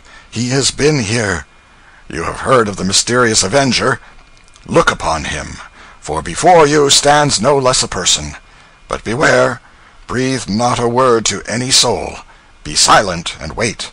Some morning this town will flock aghast to view a gory corpse. On its brow will be seen the awful sign, and men will tremble and whisper, 'He has been here. It is the mysterious avenger's mark.' You will come here, but I shall have vanished. You will see me no more." This ass had been reading the Gibbenenose, no doubt, and had had his poor romantic head turned by it, but as I had not yet seen the book then, I took his inventions for truth, and did not suspect that he was a plagiarist. However, we had a Lynch living in the town, and the more I reflected upon his impending doom, the more I could not sleep. It seemed my plain duty to save him, and a still plainer and more important duty to get some sleep for myself. So at last I ventured to go to Mr. Lynch and tell him what was about to happen to him, under strict secrecy. I advised him to fly, and certainly expected him to do it, but he laughed at me, and he did not stop there. He led me down to the carpenter's shop, gave the carpenter a jeering and scornful lecture upon his silly pretensions, slapped his face, made him get down on his knees and beg, then went off and left me to contemplate the cheap and pitiful ruin of what, in my eyes, had so lately been a majestic and incomparable hero. The carpenter blustered, flourished his knife, and doomed this Lynch in his usual volcanic style, the size of his fateful words undiminished. But it was all wasted upon me. He was a hero to me no longer, but only a poor, foolish, exposed humbug. I was ashamed of him, and ashamed of myself. I took no further interest in him, and never went to his shop any more. He was a heavy loss to me, for he was the greatest hero I had ever known. The fellow must have had some talent, for some of his imaginary murders were so vividly and dramatically described that I remember all their details yet. The people of Hannibal are not more changed than is the town. It is no longer a village. It is a city, with a mayor and a council and waterworks, and probably a debt.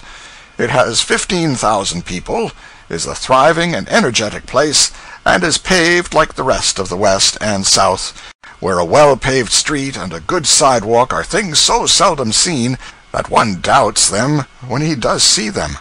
The customary half-dozen railways center in Hannibal now, and there is a new depot which cost $100,000. In my time the town had no specialty and no commercial grandeur. The daily packet usually landed a passenger and bought a catfish, and took away another passenger and a hatful of freight. But now a huge commerce in lumber has grown up, and a large miscellaneous commerce is one of the results. A deal of money changes hands there now. Bear Creek, so called perhaps because it was always so particularly bare of bears, is hidden out of sight now under islands and continents of piled lumber, and nobody but an expert can find it. I used to get drowned in it every summer regularly, and be drained out and inflated and set going again by some chance enemy. But not enough of it is unoccupied now to drown a person in. It was a famous breeder of chills and fever in its day. I remember one summer when everybody in town had this disease at once. Many chimneys were shaken down, and all the houses were so racked that the town had to be rebuilt. The chasm or gorge between Lover's Leap and the hill west of it is supposed by scientists to have been caused by glacial action. This is a mistake. There is an interesting cave a mile or two below Hannibal among the bluffs. I would have liked to revisit it, but had no time. In my time, the person who then owned it turned it into a mausoleum for his daughter, aged 14. The body of this poor child was put into a copper cylinder filled with alcohol, and this was suspended in one of the dismal avenues of the cave. The top of the cylinder was removable, and it was said to be a common thing for the base order of tourists to drag the dead face into view and examine it and comment upon it. Chapter 56. A Question of Law. The slaughterhouse is gone from the mouth of Bear Creek, and so is the small jail, or calaboose, which once stood in its neighborhood. A citizen asked, "Do you remember when Jimmy Finn, the town drunkard, was burned to death in the calaboose?" Observe now how history becomes defiled, through lapse of time and the help of the bad memories of men. Jimmy Finn was not burned in the calaboose, but died a natural death in a tan vat, of a combination of delirium tremens and spontaneous combustion. When I say natural death, I mean it was a natural death for Jimmy Finn to die. The calaboose victim was not a citizen. He was a poor stranger, a harmless, whiskey-sodden tramp. I know more about his case than anybody else. I knew too much of it in that bygone day to relish speaking of it. That tramp was wandering about the streets one chilly evening with a pipe in his mouth and begging for a match. He got neither matches nor courtesy. On the contrary, a troop of bad little boys followed him around and amused themselves with nagging and annoying him. I assisted. But at last some appeal which the wayfarer made for forbearance, accompanying it with a pathetic reference to his forlorn and friendless condition, touched such sense of shame and remnant of right feeling as were left in me, and I went away and got him some matches, and then hied me home and to bed, heavily weighted as to conscience, and unbuoyant in spirit. An hour or two afterward, the man was arrested and locked up in the calaboose by the marshal, large name for a constable, but that was his title. At 2 in the morning, the church bells rang for fire, and everybody turned out, of course, I with the rest. The tramp had used his matches disastrously. He had set his straw bed on fire, and the oaken sheathing of the room had caught. When I reached the ground, 200 men, women, and children stood massed together, transfixed with horror, and staring at the grated windows of the jail. Behind the iron bars, and tugging frantically at them, and screaming for help, stood the tramp. He seemed like a black object set against the sun, so white and intense was the light at his back. That marshal could not be found, and he had the only key. A battering ram was quickly improvised, and the thunder of its blows upon the door had so encouraging a sound that the spectators broke into wild cheering, and believed the merciful battle won. But it was not so. The timbers were too strong. They did not yield. It was said that the man's death grip still held fast to the bars after he was dead, and that in this position the fires wrapped him about and consumed him. As to this I do not know. What was seen after I recognized the face that was pleading through the bars was seen by others, not by me. I saw that face, so situated, every night for a long time afterward, and I believed myself as guilty of the man's death as if I had given him the matches purposely, that he might burn himself up with them. I had not a doubt that I should be hanged if my connection with this tragedy were found out. The happenings and the impressions of that time are burnt into my memory, and the study of them entertains me as much now as they did themselves distressed me then. If anybody spoke of that grisly matter, I was all ears in a moment, and alert to hear what might be said, for I was always dreading and expecting to find out that I was suspected. And so fine and so delicate was the perception of my guilty conscience that it often detected suspicion in the most purposeless remarks, and in looks, gestures, glances of the eye which had no significance, but which sent me shivering away in a panic of fright just the same. And how sick it made me when somebody dropped, howsoever carelessly and barren of intent, the remark that "murder will out." For a boy of 10 years, I was carrying a pretty weighty cargo. All this time I was blessedly forgetting one thing, the fact that I was an inveterate talker in my sleep. But one night I awoke and found my bedmate, my younger brother, sitting up in bed and contemplating me by the light of the moon. I said, "What is the matter? You talk so much I can't sleep." I came to a sitting posture in an instant, with my kidneys in my throat and my hair on end. "What did I say? Quick, out with it. What did I say?" "Nothing much." "It's a lie. You know everything." "Everything about what?" "You know well enough. About that." "About what? I don't know what you are talking about. I think you are sick or crazy or something. But anyway, you're awake, and I'll get to sleep while I've got a chance." He fell asleep, and I lay there in a cold sweat, turning this new terror over in the whirling chaos which did duty as my mind. The burden of my thought was, how much did I divulge? How much does he know? What a distress is this uncertainty! But by and by I evolved an idea. I would wake my brother and probe him with a supposititious case. I shook him up and said, "Suppose a man should come to you drunk." "This is foolish. I never get drunk." "I don't mean you, idiot. I mean the man. Suppose a man should come to you drunk, and borrow a knife or a tomahawk or a pistol, and you forgot to tell him it was loaded, and—" "How could you load a tomahawk?" "I don't mean the tomahawk, and I didn't say the tomahawk. I said the pistol. Now don't you keep breaking in that way, because this is serious. There's been a man killed." "What? In this town?" "Yes, in this town." "Well, go on. I won't say a single word." "Well, then, suppose you forgot to tell him to be careful with it, because it was loaded, and he went off and shot himself with that pistol, fooling with it, you know, and probably doing it by accident, being drunk. Well, would it be murder?" "No. Suicide." No, I don't mean his act. I mean yours. Would you be a murderer for letting him have that pistol?" After deep thought came this answer. "Well, I should think I was guilty of something, maybe murder. Yes, probably murder, but I don't quite know." This made me very uncomfortable. However, it was not a decisive verdict. I should have to set out the real case. There seemed to be no other way. But I would do it cautiously, and keep a watch out for suspicious effects.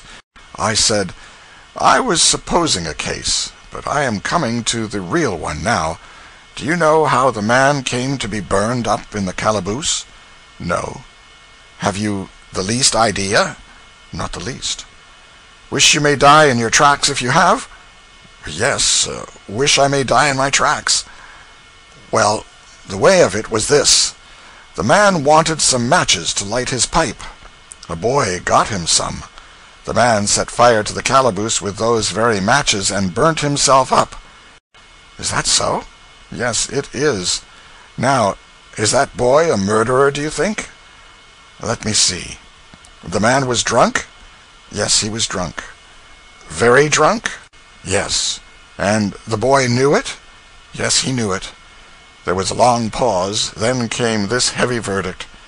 If the man was drunk and the boy knew it, the boy murdered that man. This is certain. Faint, sickening sensations crept along all the fibers of my body, and I seemed to know how a person feels who hears his death sentence pronounced from the bench. I waited to hear what my brother would say next. I believed I knew what it would be, and I was right.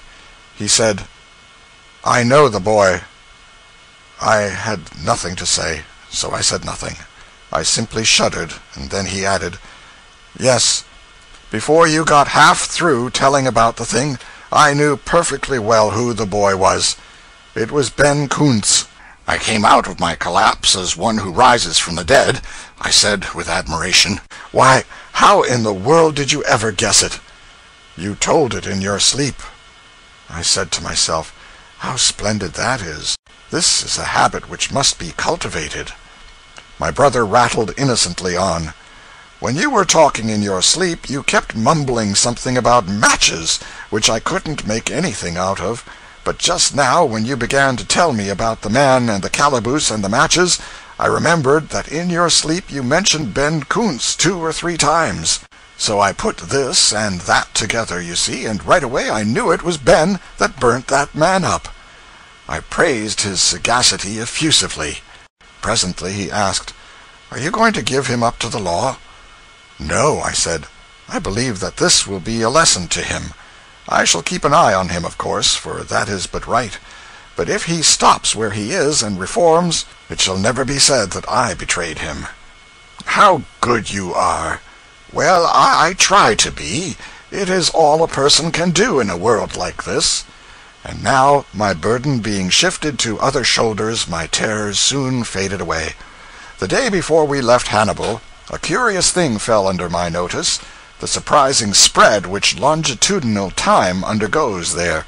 I learned it from one of the most unostentatious of men, the colored coachman of a friend of mine who lives 3 miles from town. He was to call for me at the Park Hotel at 7:30 p.m. and drive me out, but he missed it considerably, did not arrive till 10. He excused himself by saying, "The time is most an hour and a half slower in the country and what it is in the town." "You'll be in plenty time, boss. Sometimes we shoves out early for church, Sunday, and fetches up the right plumb in the middle of the sermon. Difference in the time. A body can't make no calculations about it." I had lost 2 hours and a half, but I had learned a fact worth 4. Chapter 57. An Archangel. From St. Louis northward there are all the enlivening signs of the presence of active, energetic, intelligent, prosperous, practical 19th century populations. The people don't dream, they work. The happy result is manifest all around in the substantial outside aspect of things and the suggestions of wholesome life and comfort that everywhere appear. Quincy is a notable example, a brisk, handsome, well-ordered city, and now, as formerly, interested in art, letters, and other high things. But Marion City is an exception. Marion City has gone backwards in a most unaccountable way.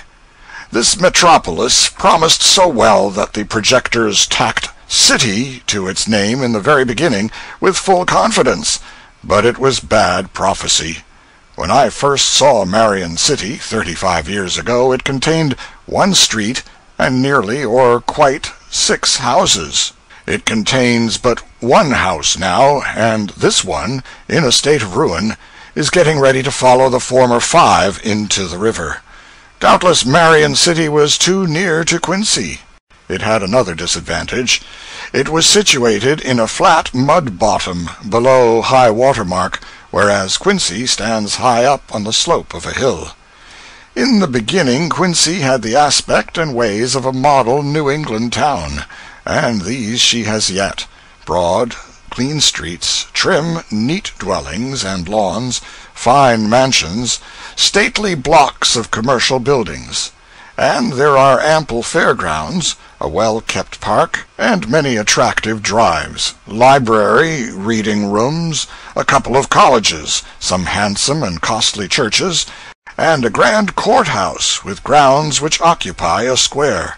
The population of the city is 30,000. There are some large factories here, and manufacturing of many sorts is done on a great scale.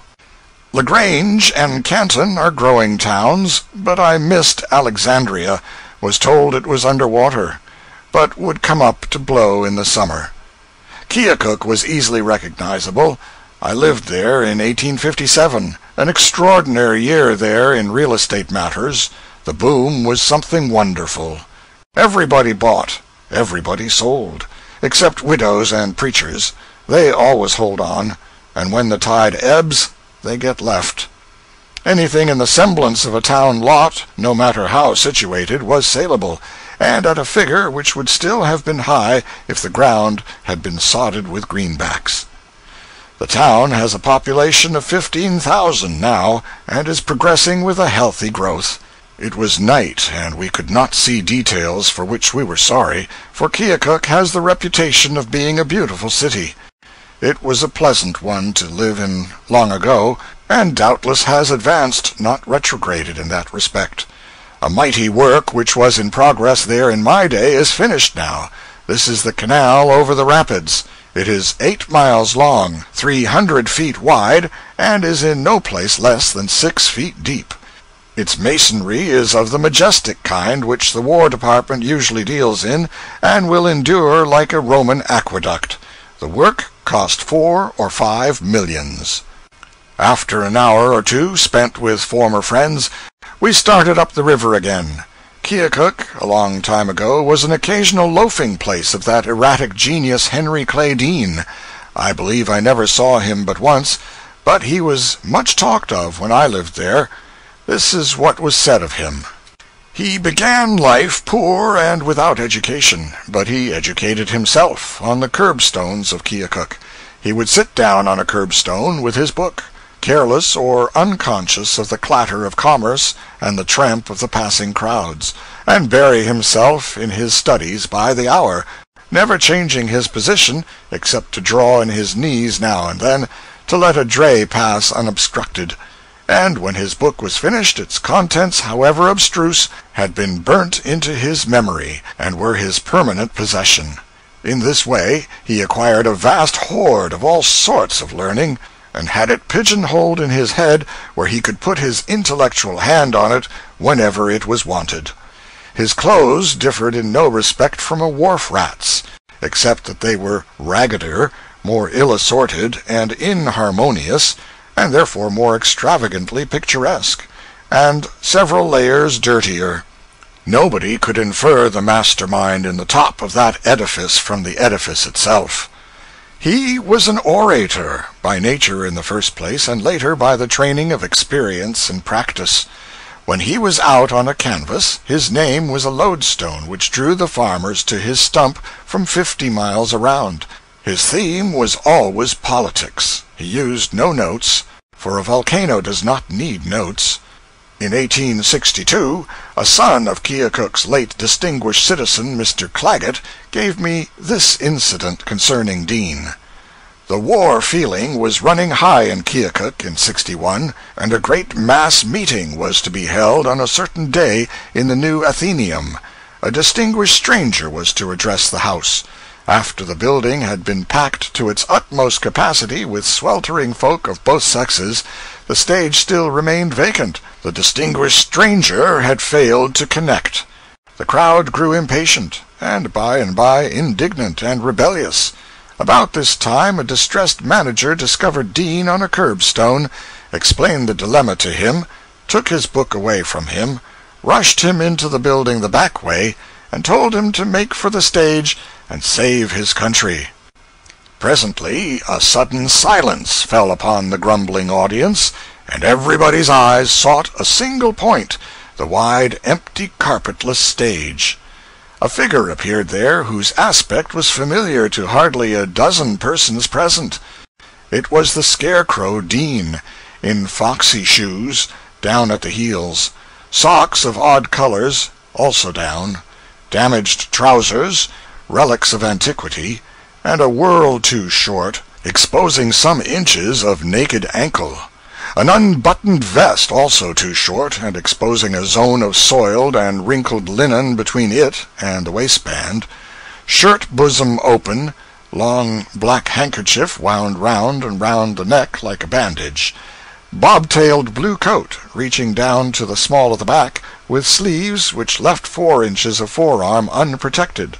Small, stiff-brimmed soldier cap hung on a corner of the bump of whichever bump it was. This figure moved gravely out upon the stage, and with sedate and measured step down to the front, where it paused and dreamily inspected the house, saying no word. The silence of surprise held its own for a moment, then was broken by a just audible ripple of merriment which swept the sea of faces like the wash of a wave. The figure remained as before, thoughtfully inspecting. Another wave started, laughter this time. It was followed by another, then a third, this last one boisterous. And now the stranger stepped back 1 pace, took off his soldier cap, tossed it into the wing, and began to speak with deliberation, nobody listening, everybody laughing and whispering. The speaker talked on unembarrassed, and presently delivered a shot which went home, and silence and attention resulted. He followed it quick and fast with other telling things, warmed to his work, and began to pour his words out instead of dripping them, grew hotter and hotter, and fell to discharging lightnings and thunder. And now the house began to break into applause, to which the speaker gave no heed, but went hammering straight on, unwound his black bandage and cast it away, still thundering, presently discarded the bob-tailed coat and flung it aside, firing up higher and higher all the time, finally flung the vest after the coat, and then, for an untimed period, stood there, like another Vesuvius, spouting smoke and flame, lava and ashes, raining pumice-stone and cinders, shaking the moral earth with intellectual crash upon crash, explosion upon explosion, while the mad multitude stood upon their feet in a solid body, answering back with a ceaseless hurricane of cheers through a thrashing snowstorm of waving handkerchiefs. When Dean came, said Claggett, the people thought he was an escaped lunatic, but when he went, they thought he was an escaped archangel. Burlington, home of the sparkling Burdette, is another hill city, and also a beautiful one. Unquestionably so. A fine and flourishing city with a population of 25,000, and belted with busy factories of nearly every imaginable description. It was a very sober city, too, for the moment, for a most sobering bill was pending, a bill to forbid the manufacture, exportation, importation, purchase, sale, borrowing, lending, stealing, drinking, smelling, or possession by conquest, inheritance, intent, accident, or otherwise, in the state of Iowa, of each and every deleterious beverage known to the human race, except water. This measure was approved by all the rational people in the state, but not by the bench of judges. Burlington has the progressive modern city's full equipment of devices for right and intelligent government, including a paid fire department, a thing which the great city of New Orleans is without, but still employs that relic of antiquity, the independent system. In Burlington, as in all these upper river towns, one breathes a go-ahead atmosphere which tastes good in the nostrils. An opera house has lately been built there, which is in strong contrast with the shabby dens which usually do duty as theaters in cities of Burlington's size. We had no time to go ashore in Muscatine, but had a daylight view of it from the boat. I lived there a while many years ago, but the place now had a different unfamiliar look, so I suppose it has clear outgrown the town which I used to know. In fact, I know it has, for I remember it as a small place, which it isn't now. but I remember it best for a lunatic who caught me out in the fields one Sunday and extracted a butcher knife from his boot and proposed to carve me up with it, unless I acknowledged him to be the only son of the devil. I tried to compromise on an acknowledgment that he was the only member of the family I had met, but that did not satisfy him. He wouldn't have any half-measures. I must say that he was the sole and only son of the devil. He whetted his knife on his boot. It did not seem worth while to make trouble about a little thing like that, so I swung round to his view of the matter and saved my skin whole. Shortly afterward he went to visit his father, and as he has not turned up since, I trust he is there yet. And I remember Muscatine still more pleasantly for its summer sunsets. I have never seen any on either side of the ocean that equaled them. They used the broad, smooth river as a canvas, and painted on it every imaginable dream of color, from the mottled daintiness and delicacies of the opal all the way up through cumulative intensities to blinding purple and crimson conflagrations, which were enchanting to the eye, but sharply tried it at the same time.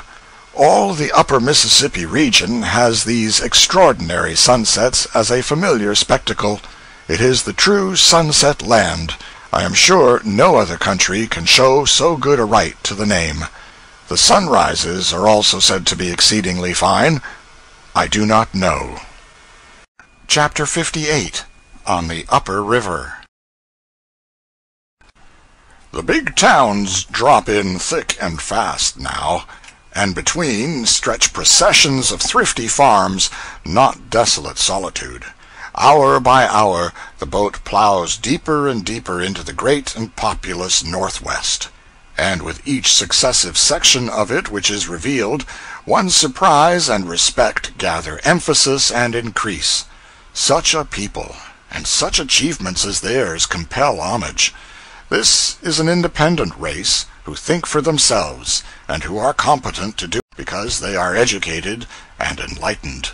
They read, they keep abreast of the best and newest thought. They fortify every weak place in their land with a school, a college, a library, and a newspaper. And they live under law. Solicitude for the future of a race like this is not in order. This region is new, so new that it may be said to be still in its babyhood. By what it has accomplished while still teething, one may forecast what marvels it will do in the strength of its maturity. It is so new that the foreign tourist has not heard of it yet, and has not visited it. For 60 years the foreign tourist has steamed up and down the river between St. Louis and New Orleans, and then gone home and written his book, believing he had seen all of the river that was worth seeing, or that had anything to see. In not 6 of all these books is there mention of these upper river towns, for the reason that the 5 or 6 tourists who penetrated this region did it before these towns were projected. The latest tourist of them all, 1878, made the same old regulation trip. He had not heard that there was anything north of St. Louis. Yet there was. There was this amazing region, bristling with great towns, projected day before yesterday, so to speak, and built next morning. A score of them number from 1,500 to 5,000 people.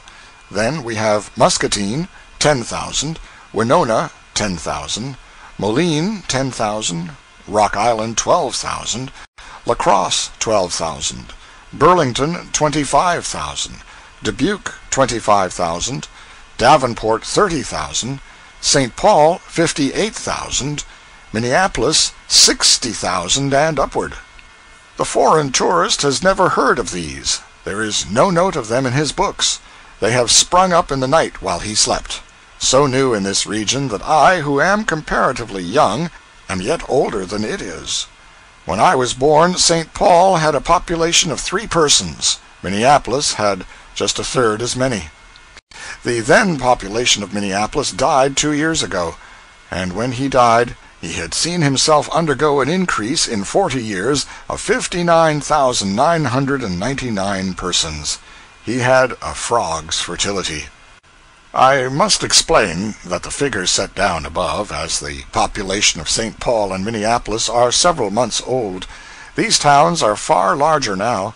In fact, I have just seen a newspaper estimate which gives the former 71,000 and the latter 78,000. This book will not reach the public for 6 or 7 months yet. None of the figures will be worth much then. We had a glimpse of Davenport, which is another beautiful city crowning a hill, a phrase which applies to all these towns, for they are all comely, all well built, clean, orderly, pleasant to the eye, and cheering to the spirit, and they are all situated upon hills. Therefore we will give that phrase a rest. The Indians have a tradition that Marquette and Joliet camped where Davenport now stands in 1673. The next white man who camped there did it about 170 years later in 1834. Davenport has gathered its 30,000 people within the past 30 years. She sends more children to her schools now than her whole population numbered 23 years ago. She has the usual upper river quota of factories, newspapers, and institutions of learning. She has telephones, local telegraphs, an electric alarm, and an admirable paid fire department consisting of 6 hook and ladder companies, 4 steam fire engines, and 30 churches. Davenport is the official residence of 2 bishops, Episcopal and Catholic. Opposite Davenport is the flourishing town of Rock Island, which lies at the foot of the upper rapids. A great railroad bridge connects the 2 towns, one of the 13 which fret the Mississippi and the pilots between St. Louis and St. Paul. The charming island of Rock Island, 3 miles long and half a mile wide, belongs to the United States, and the government has turned it into a wonderful park, enhancing its natural attractions by art, and threading its fine forests with many miles of drives. Near the center of the island one catches glimpses through the trees of 10 vast stone 4-story buildings, each of which covers an acre of ground.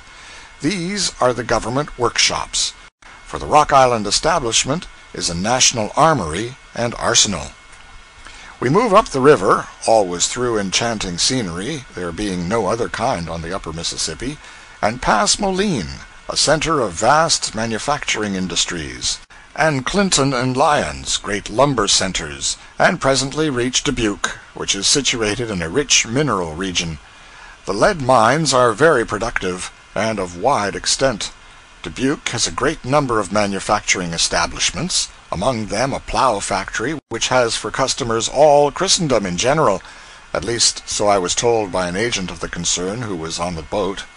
He said, "You show me any country under the sun where they really know how to plow, and if I don't show you our mark on the plow they use, I'll eat that plow, and I won't ask for any Worcestershire sauce to flavor it up with either." All this part of the river is rich in Indian history and traditions. Black Hawk's was once a puissant name hereabouts, as was Keokuk's further down. A few miles below Dubuque is the Tête de Mort, Death's Head Rock, or bluff, to the top of which the French drove a band of Indians in early times, and cooped them up there, with death for a certainty, and only the manner of it matter of choice, to starve or jump off and kill themselves. Black Hawk adopted the ways of the white people toward the end of his life, and when he died he was buried near Des Moines in Christian fashion, modified by Indian custom. That is to say, clothed in a Christian military uniform, and with a Christian cane in his hand, but deposited in the grave in a sitting posture. Formerly, a horse had always been buried with a chief. The substitution of the cane shows that Black Hawk's haughty nature was really humbled, and he expected to walk when he got over. We noticed that above Dubuque the water of the Mississippi was olive green, rich and beautiful and semi-transparent with the sun on it. Of course the water was nowhere as clear or of as fine a complexion as it is in some other seasons of the year, for now it was at flood stage, and therefore dimmed and blurred by the mud manufactured from caving banks. The majestic bluffs that overlook the river, along through this region, charm one with the grace and variety of their forms, and the soft beauty of their adornment. The steep verdant slope, whose base is at the water's edge, is topped by a lofty rampart of broken turreted rocks, which are exquisitely rich and mellow in color, mainly dark browns and dull greens, but splashed with other tints. And then you have the shining river, winding here and there and yonder, its sweep interrupted at intervals by clusters of wooded islands threaded by silver channels. And you have glimpses of distant villages asleep upon capes, and of stealthy rafts slipping along in the shade of the forest walls, and of white steamers vanishing around remote points. And it is all as tranquil and reposeful as dreamland, and has nothing this worldly about it, nothing to hang a fret or a worry upon. Until the unholy train comes tearing along, which it presently does, ripping the sacred solitude to rags and tatters with its devil's war-whoop and the roar and thunder of its rushing wheels, and straightway you are back in this world, and with one of its frets ready to hand for your entertainment. For you remember that this is the very road whose stock always goes down after you buy it, and always goes up again as soon as you sell it. It makes me shudder to this day to remember that I once came near not getting rid of my stock at all. It must be an awful thing to have a railroad left on your hands. The locomotive is in sight from the deck of the steamboat almost the whole way from St. Louis to St. Paul, 800 miles. These railroads have made havoc with the steamboat commerce. The clerk of our boat was a steamboat clerk before these roads were built. In that day the influx of population was so great, and the freight business so heavy, that the boats were not able to keep up with the demands made upon their carrying capacity. Consequently, the captains were very independent and airy, pretty biggity, as Uncle Remus would say. The clerk nutshelled the contrast between the former time and the present, thus: boat used to land, captain on hurricane roof, mighty stiff and straight, iron ramrod for a spine, kid gloves, plug tile, hair parted behind. Man on shore takes off hat and says, "Got 28 tons a week, Captain. Be great favor if you can take them." Captain says, "I'll take 2 of them," and don't even condescend to look at him. But nowadays the captain takes off his old slouch and smiles all the way round to the back of his ears and gets off a bow which he hasn't got any ramrod to interfere with, and says, "Glad to see you, Smith, glad to see you. You're looking well. Haven't seen you looking so well for years. What do you got for us?" "Nothing," says Smith, and keeps his hat on, just turns his back and goes to talking with somebody else. Oh, yes, 8 years ago the captain was on top, but it's Smith's turn now. 8 years ago a boat used to go up the river with every stateroom full, and people piled 5 and 6 deep on the cabin floor, and a solid deckload of immigrants and harvesters down below, into the bargain. To get a first-class stateroom, you'd got to prove 16 quarterings of nobility and 400 years of descent, or be personally acquainted with the nigger that blacked the captain's boots. But it's all changed now. Plenty staterooms above, no harvesters below. There's a patent self-binder now, and they don't have harvesters any more. They've gone where the woodbine twineth, and they didn't go by steamboat either. Went by train. Up in this region we met massed acres of lumber rafts coming down, but not floating leisurely along in the old-fashioned way, manned with joyous and reckless crews of fiddling, song-singing, whiskey-drinking, break-down-dancing rapscallions. No, the whole thing was shoved swiftly along by a powerful stern-wheeler, modern fashion, and the small crews were quiet, orderly men of a sedate business aspect, with not a suggestion of romance about them anywhere. Along here somewhere, on a black night, we ran some exceedingly narrow and intricate island chutes by aid of the electric light. Behind was solid blackness, a crackless bank of it. Ahead, a narrow elbow of water curving between dense walls of foliage that almost touched our bows on both sides. And here every individual leaf and every individual ripple stood out in its natural color, and flooded with a glare as of noonday intensified. The effect was strange and fine, and very striking. We passed Prairie du Chien, another of Father Marquette's camping places, and after some hours of progress through varied and beautiful scenery, reached La Crosse. Here is a town of 12 or 13,000 population, with electric-lighted streets, and with blocks of buildings which are stately enough, and also architecturally fine enough, to command respect in any city.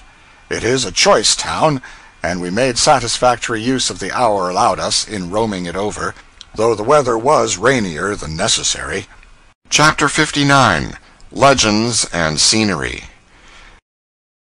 We added several passengers to our list at La Crosse, among others an old gentleman who had come to this northwestern region with the early settlers, and was familiar with every part of it. Pardonably proud of it, too. He said, "You'll find scenery between here and St. Paul that can give the Hudson points. You'll have the Queen's Bluff, 700 feet high, and just as imposing a spectacle as you can find anywheres. And Trempealeau Island, which isn't like any other island in America, I believe, for it is a gigantic mountain, with precipitous sides, and is full of Indian traditions, and used to be full of rattlesnakes. If you catch the sun just right there, you will have a picture that will stay with you. And above Winona, you'll have lovely prairies, and then come the Thousand Islands, too beautiful for anything. Green? Why, you never saw foliage so green, nor packed so thick. It's like 1,000 plush cushions afloat on a looking-glass, when the water's still. And then the monstrous bluffs on both sides of the river, ragged, rugged, dark-complected, just the frame that's wanted. You always want a strong frame, you know, to throw up the nice points of a delicate picture and make them stand out. The old gentleman also told us a touching Indian legend or two, but not very powerful ones. After this excursion into history, he came back to the scenery, and described it, detail by detail, from the Thousand Islands to St. Paul, naming its names with such facility, tripping along his theme with such nimble and confident ease, slamming in a 3-ton word here and there with such a complacent air of "'tisn't anything, I can do it any time I want to," and letting off fine surprises of lurid eloquence at such judicious intervals that I presently began to suspect, but no matter what I began to suspect, hear him. 10 miles above Winona we come to Fountain City, nestling sweetly at the feet of cliffs that lift their awful fronts, Jove-like, toward the blue depths of heaven, bathing them in virgin atmospheres that have known no other contact save that of angels' wings.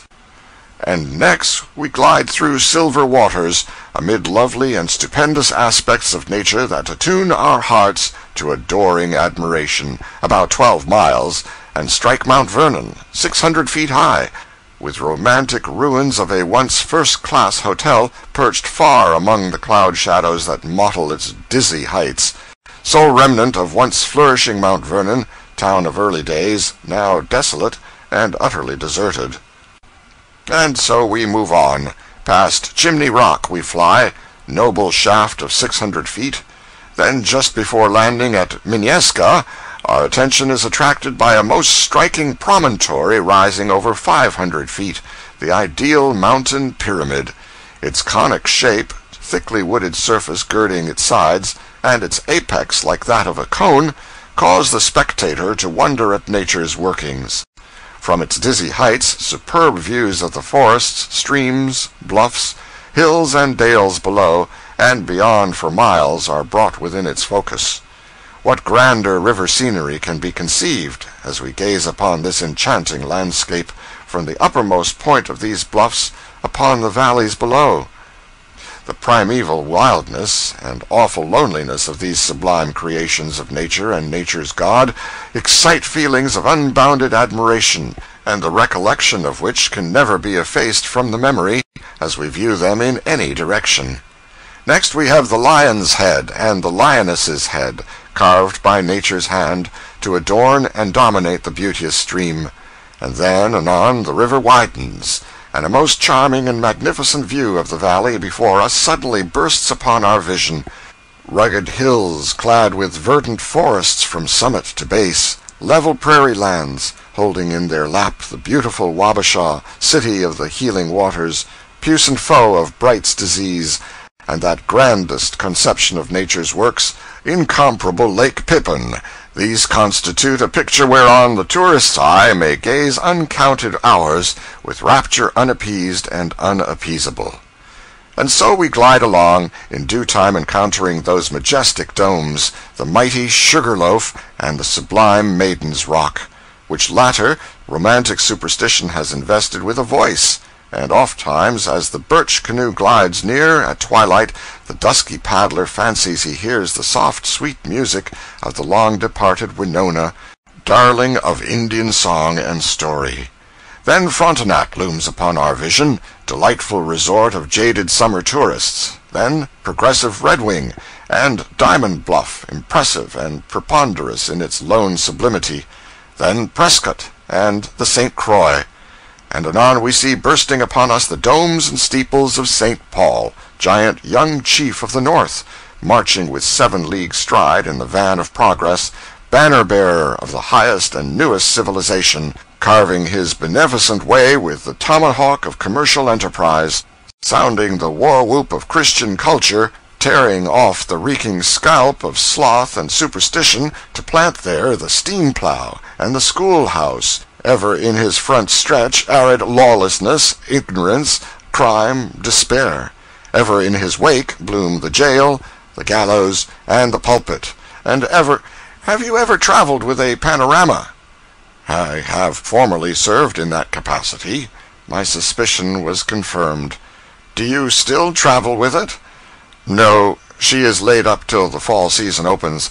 I am helping now to work up the materials for a tourist guide which the St. Louis and St. Paul Packet Company are going to issue this summer for the benefit of travelers who go by that line.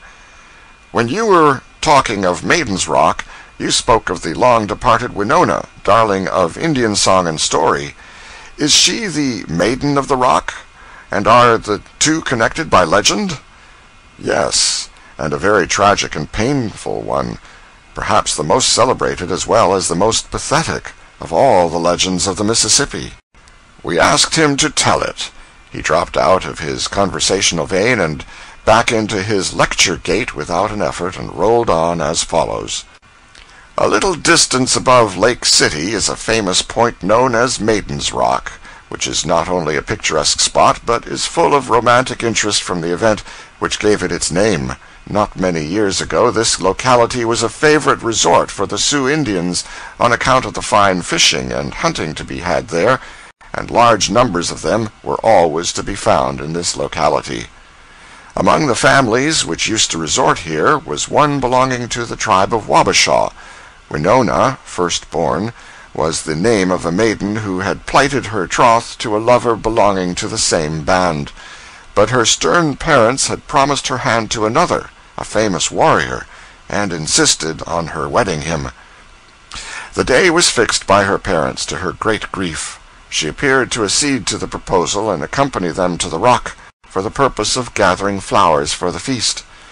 On reaching the rock, Winona ran to its summit, and standing on its edge, upbraided her parents who were below for their cruelty, and then, singing a death dirge, threw herself from the precipice and dashed them in pieces on the rock below. Dashed who in pieces? Her parents? Yes. Well, it certainly was a tragic business, as you say, and moreover, there is a startling kind of dramatic surprise about it which I was not looking for. It is a distinct improvement upon the threadbare form of Indian legend.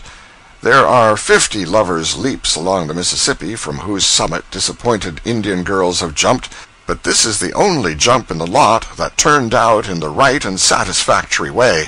What became of Winona? She was a good deal jarred up and jolted, but she got herself together and disappeared before the coroner reached the fatal spot, and 'tis said she sought and married her true love, and wandered with him to some distant clime, where she lived happy ever after, her gentle spirit mellowed and chastened by the romantic incident which had so early deprived her of the sweet guidance of a mother's love and a father's protecting hand, and thrown her all unfriended upon the cold charity of a censorious world. I was glad to hear the lecture's description of the scenery, for it assisted my appreciation of what I saw of it, and enabled me to imagine such of it as we lost by the intrusion of night. As the lecturer remarked, this whole region is blanketed with Indian tales and traditions, but I reminded him that people usually merely mention this fact, doing it in a way to make a body's mouth water, and judiciously stopped there. Why? Because the impression left was that these tales were full of incident and imagination, a pleasant impression which would be promptly dissipated if the tales were told. I showed him a lot of this sort of literature which I had been collecting, and he confessed that it was poor stuff, exceedingly sorry rubbish, and I ventured to add that the legends which he had himself told us were of this character, with the single exception of the admirable story of Winona.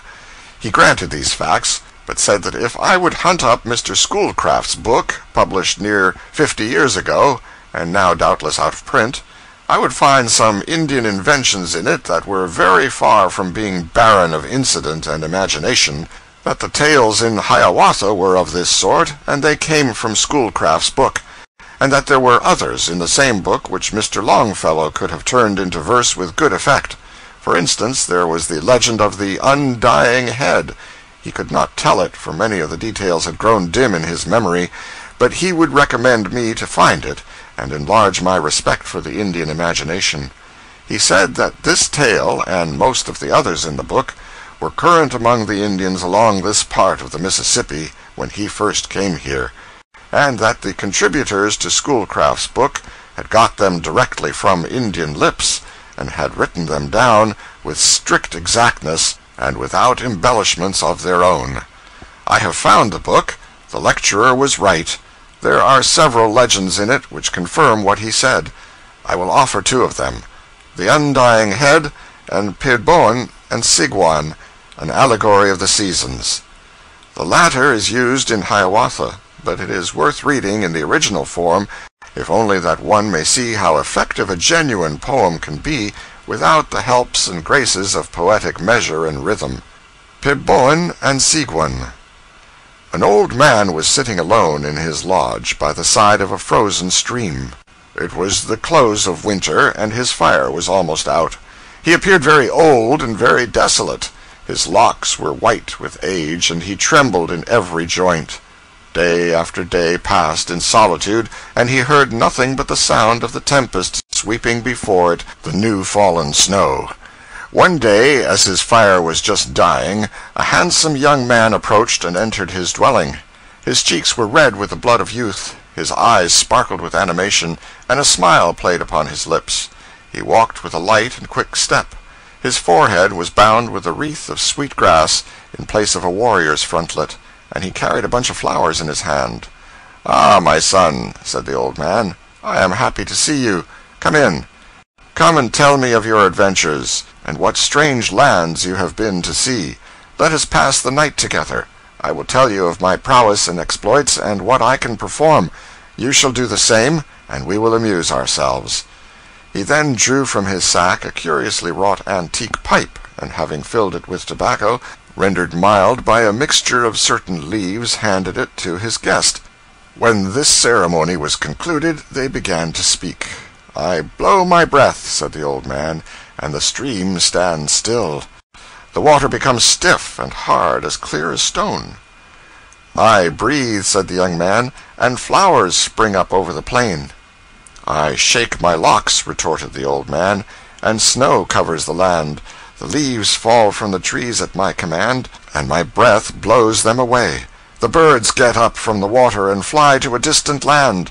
The animals hide themselves from my breath, and the very ground becomes as hard as flint."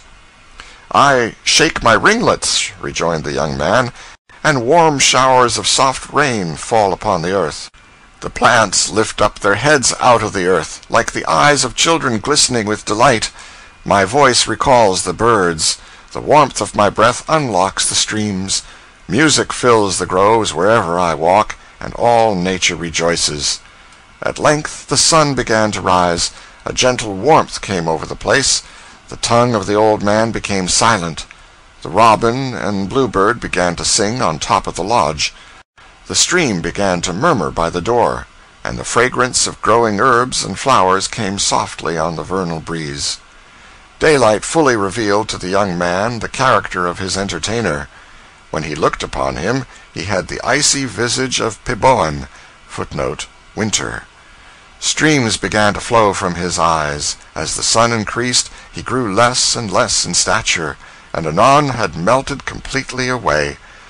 Nothing remained on the place of his lodge fire but the miscodid, footnote, the trailing arbutus, a small white flower with a pink border, which is one of the earliest species of northern plants. The undying head is a rather long tale, but it makes up in weird conceits, fairy-tale prodigies, variety of incident, and energy of movement for what it lacks in brevity. Footnote, see Appendix D. Chapter 60, Speculations and Conclusions. We reached St. Paul at the head of navigation of the Mississippi, and there our voyage of 2,000 miles from New Orleans ended. It is about a 10-day trip by steamer. It can probably be done quicker by rail. I judge so because I know that one may go by rail from St. Louis to Hannibal, a distance of at least 120 miles, in 7 hours. This is better than walking, unless one is in a hurry. The season being far advanced when we were in New Orleans, the roses and magnolia blossoms were falling. But here in St. Paul it was the snow. In New Orleans we had caught an occasional withering breath from over a crater, apparently. Here in St. Paul we caught a frequent benumbing one from over a glacier, apparently. But I wander from my theme. St. Paul is a wonderful town. It is put together in solid blocks of honest brick and stone, and has the air of intending to stay. Its post office was established 36 years ago, and by, when the postmaster received a letter, he carried it to Washington, horseback, to inquire what was to be done with it. Such is the legend. 2 frame houses were built that year, and several persons were added to the population. A recent number of the leading St. Paul paper, the Pioneer Press, gives some statistics which furnish a vivid contrast to that old state of things, to wit, population, autumn of the present year, 1882, 71,000. Number of letters handled, first half of the year, 1,209,387. Number of houses built during 3/4 of the year, 989. Their cost, $3,186,000. The increase of letters over the corresponding 6 months of last year was 50%. Last year, the new buildings added to the city cost above $4,500,000. St. Paul's strength lies in her commerce. I mean, his commerce. He is a manufacturing city, of course. All the cities of that region are. But he is peculiarly strong in the matter of commerce. Last year his jobbing trade amounted to upwards of $52 million. He has a custom house, and is building a costly capitol to replace the one recently burned, for he is the capital of the state. He has churches without end, and not the cheap poor kind, but the kind that the rich Protestant puts up, the kind that the poor Irish hired girl delights to erect. What a passion for building majestic churches the Irish hired girl has! It is a fine thing for our architecture, but too often we enjoy her stately fanes without giving her a grateful thought.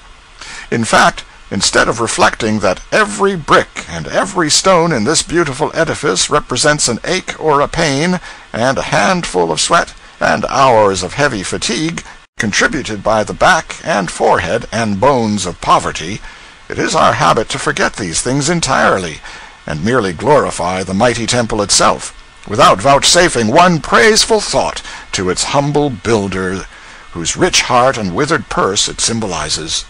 This is a land of libraries and schools. St. Paul has 3 public libraries, and they contain, in the aggregate, some 40,000 books.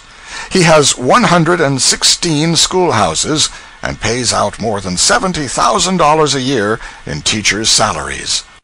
There is an unusually fine railway station. So large is it, in fact, that it seemed somewhat overdone in the matter of size at first, but at the end of a few months it was perceived that the mistake was distinctly the other way. The error is to be corrected. The town stands on high ground. It is about 700 feet above the sea level. It is so high that a wide view of river and lowland is offered from the streets. It is a very wonderful town indeed, and is not finished yet. All the streets are obstructed with building material, and this is being compacted into houses as fast as possible to make room for more, for other people are anxious to build as soon as they can get the use of the streets to pile up their bricks and stuff in. How solemn and beautiful is the thought that the earliest pioneer of civilization, the van leader of civilization, is never the steamboat, never the railroad, never the newspaper, never the Sabbath-day school, never the missionary, but always whiskey. Such is the case. Look history over, you will see.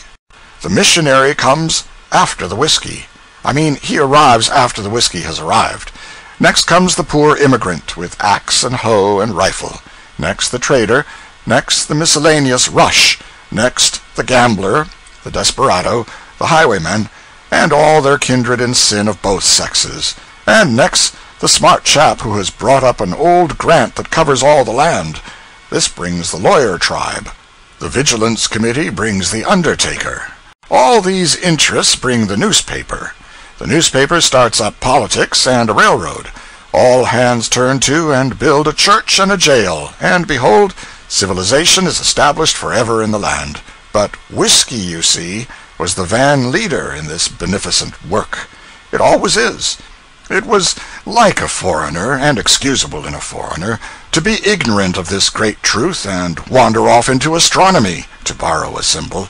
But if he had been conversant with the facts, he would have said, "Westward the jug of empire takes its way." This great van leader arrived upon the ground which St. Paul now occupies in June 1837. Yes, at that date, Pierre Parent, a Canadian, built the first cabin, uncorked his jug, and began to sell whiskey to the Indians. The result is before us. All that I have said of the newness, briskness, swift progress, wealth, intelligence, fine and substantial architecture, and general slash-and-go and energy of St. Paul will apply to his near neighbor, Minneapolis, with the addition that the latter is the bigger of the two cities. These extraordinary towns were 10 miles apart a few months ago, but were growing so fast that they may possibly be joined now and getting along under a single mayor. At any rate, within 5 years from now, there will be at least such a substantial ligament of buildings stretching between them and uniting them that a stranger will not be able to tell where the one Siamese twin leaves off and the other begins. Combined, they will then number a population of 250,000, if they continue to grow as they are now growing. Thus, this center of population at the head of Mississippi navigation will then begin a rivalry as to numbers with that center of population at the foot of it, New Orleans. Minneapolis is situated at the Falls of St. Anthony, which stretch across the river 1,500 feet and have a fall of 82 feet. A water power which by art has been made of inestimable value, business-wise, though somewhat to the damage of the falls as a spectacle, or as a background against which to get your photograph taken. 30 flouring mills turn out 2,000,000 barrels of the very choicest of flour every year. 20 sawmills produce 200 million feet of lumber annually.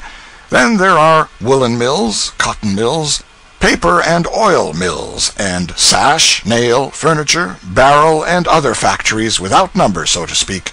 The great flouring mills here and at St. Paul use the new process and mash the wheat by rolling instead of grinding it. 16 railroads meet in Minneapolis, and 65 passenger trains arrive and depart daily. In this place, as in St. Paul, journalism thrives. Here there are 3 great dailies, 10 weeklies, and 3 monthlies. There is a university with 400 students, and better still, its good efforts are not confined to enlightening the one sex. There are 16 public schools with buildings which cost $500,000. There are 6,000 pupils and 128 teachers. There are also 70 churches existing, and a lot more projected. The banks aggregate a capital of $3 million, and the wholesale jobbing trade of the town amounts to $50 million a year. Near St. Paul and Minneapolis are several points of interest: Fort Snelling, a fortress occupying a river bluff 100 feet high, the Falls of Minnehaha, White Bear Lake, and so forth. The beautiful Falls of Minnehaha are sufficiently celebrated. They do not need a lift from me in that direction. The White Bear Lake is less known. It is a lovely sheet of water, and is being utilized as a summer resort by the wealth and fashion of the state. It has its clubhouse and its hotel, with the modern improvements and conveniences, its fine summer residences, and plenty of fishing, hunting, and pleasant drives. There are a dozen minor summer resorts around about St. Paul and Minneapolis, but the White Bear Lake is the resort. Connected with White Bear Lake is a most idiotic Indian legend. I would resist the temptation to print it here if I could, but the task is beyond my strength. The guidebook names the preserver of the legend and compliments his facile pen. Without further comment or delay, then, let us turn the said facile pen loose upon the reader. A Legend of White Bear Lake. Every spring, for perhaps a century, or as long as there has been a nation of red men, an island in the middle of White Bear Lake has been visited by a band of Indians for the purpose of making maple sugar. Tradition says that many springs ago, while upon this island, a young warrior loved and wooed the daughter of his chief, and it is said also the maiden loved the warrior. He had again and again been refused her hand by her parents, the old chief alleging that he was no brave, and his old consort called him a woman. The sun had again set upon the sugar bush, and the bright moon rose high in the bright blue heavens, when the young warrior took down his flute and went out alone once more to sing the story of his love. The mild breeze gently moved the two gay feathers in his headdress, and as he mounted on the trunk of a leaning tree, the damp snow fell from his feet heavily. As he raised his flute to his lips, his blanket slipped from his well-formed shoulders and lay partly on the snow beneath. He began his weird, wild love song, but soon felt that he was cold, and as he reached back for his blanket, some unseen hand laid it gently on his shoulders. It was the hand of his love, his guardian angel. She took her place beside him, and for the present they were happy. For the Indian has a heart to love, and in this pride he is as noble as in his own freedom, which makes him the child of the forest. As the legend runs, a large white bear, thinking perhaps that polar snows and dismal winter weather extended everywhere, took up his journey southward. He at length approached the northern shore of the lake which now bears his name, walked down the bank, and made his way noiselessly through the deep heavy snow toward the island. It was the same spring ensuing that the lovers met. They had left their first retreat, and were now seated among the branches of a large elm which hung far over the lake. The same tree is still standing, and excites universal curiosity and interest. For fear of being detected, they talked almost in a whisper, and now, that they might get back to camp in good time and thereby avoid suspicion, they were just rising to return, when the maiden uttered a shriek which was heard at the camp, and bounding toward the young brave, she caught his blanket, but missed the direction of her foot and fell, bearing the blanket with her, into the great arms of the ferocious monster. Instantly every man, woman, and child of the band were upon the bank, but all unarmed. Cries and wailings went up from every mouth. What was to be done? In the meantime this white and savage beast held the breathless maiden in his huge grasp, and fondled with his precious prey as if he were used to scenes like this. One deafening yell from the lover-warrior is heard above the cries of hundreds of his tribe, and dashing away to his wigwam he grasps his faithful knife, returns almost at a single bound to the scene of fear and fright, rushes out along the leaning tree to the spot where his treasure fell, and springing with the fury of a mad panther, pounced upon his prey. The animal turned, and with one stroke of his huge paw brought the lovers heart to heart. But the next moment the warrior, with one plunge of the blade of his knife, opened the crimson sluices of death, and the dying bear relaxed his hold. That night there was no more sleep for the band or the lovers, and as the young and the old danced about the carcass of the dead monster, the gallant warrior was presented with another plume, and ere another moon had set, he had a living treasure added to his heart. Their children for many years played upon the skin of the white bear from which the lake derives its name, and the maiden and the brave remembered long the fearful scene and rescue that made them one. For Kisemipa and Kagoka could never forget their fearful encounter with the huge monster that came so near to sending them to the happy hunting ground. It is a perplexing business. First she fell down out of the tree, she and the blanket, and the bear caught her and fondled her and the blanket. Then she fell up into the tree again, leaving the blanket. Meantime the lover goes war-whooping home and comes back healed, climbs the tree, jumps down on the bear. The girl jumps down after him, apparently, for she was up the tree, resumes her place in the bear's arms along with the blanket. The lover rams his knife into the bear and saves whom? The blanket? No, nothing of the sort. You get yourself all worked up and excited about that blanket, and then all of a sudden, just when a happy climax seems imminent, you are let down flat. Nothing saved but the girl. Whereas one is not interested in the girl. She is not the prominent feature of the legend. Nevertheless, there you are left, and there you must remain. For if you live 1,000 years, you will never know who got the blanket. A dead man could get up a better legend than this one. I don't mean a fresh dead man either. I mean a man that's been dead weeks and weeks. We struck the home trail now, and in a few hours we're in that astonishing Chicago, a city where they are always rubbing the lamp and fetching up the genii, and contriving and achieving new impossibilities. It is hopeless for the occasional visitor to try to keep up with Chicago. She outgrows his prophecies faster than he can make them. She is always a novelty, for she is never the Chicago you saw when you passed through the last time. The Pennsylvania road rushed us to New York without missing schedule time 10 minutes anywhere on the route, and there ended one of the most enjoyable 5,000-mile journeys I have ever had the good fortune to make.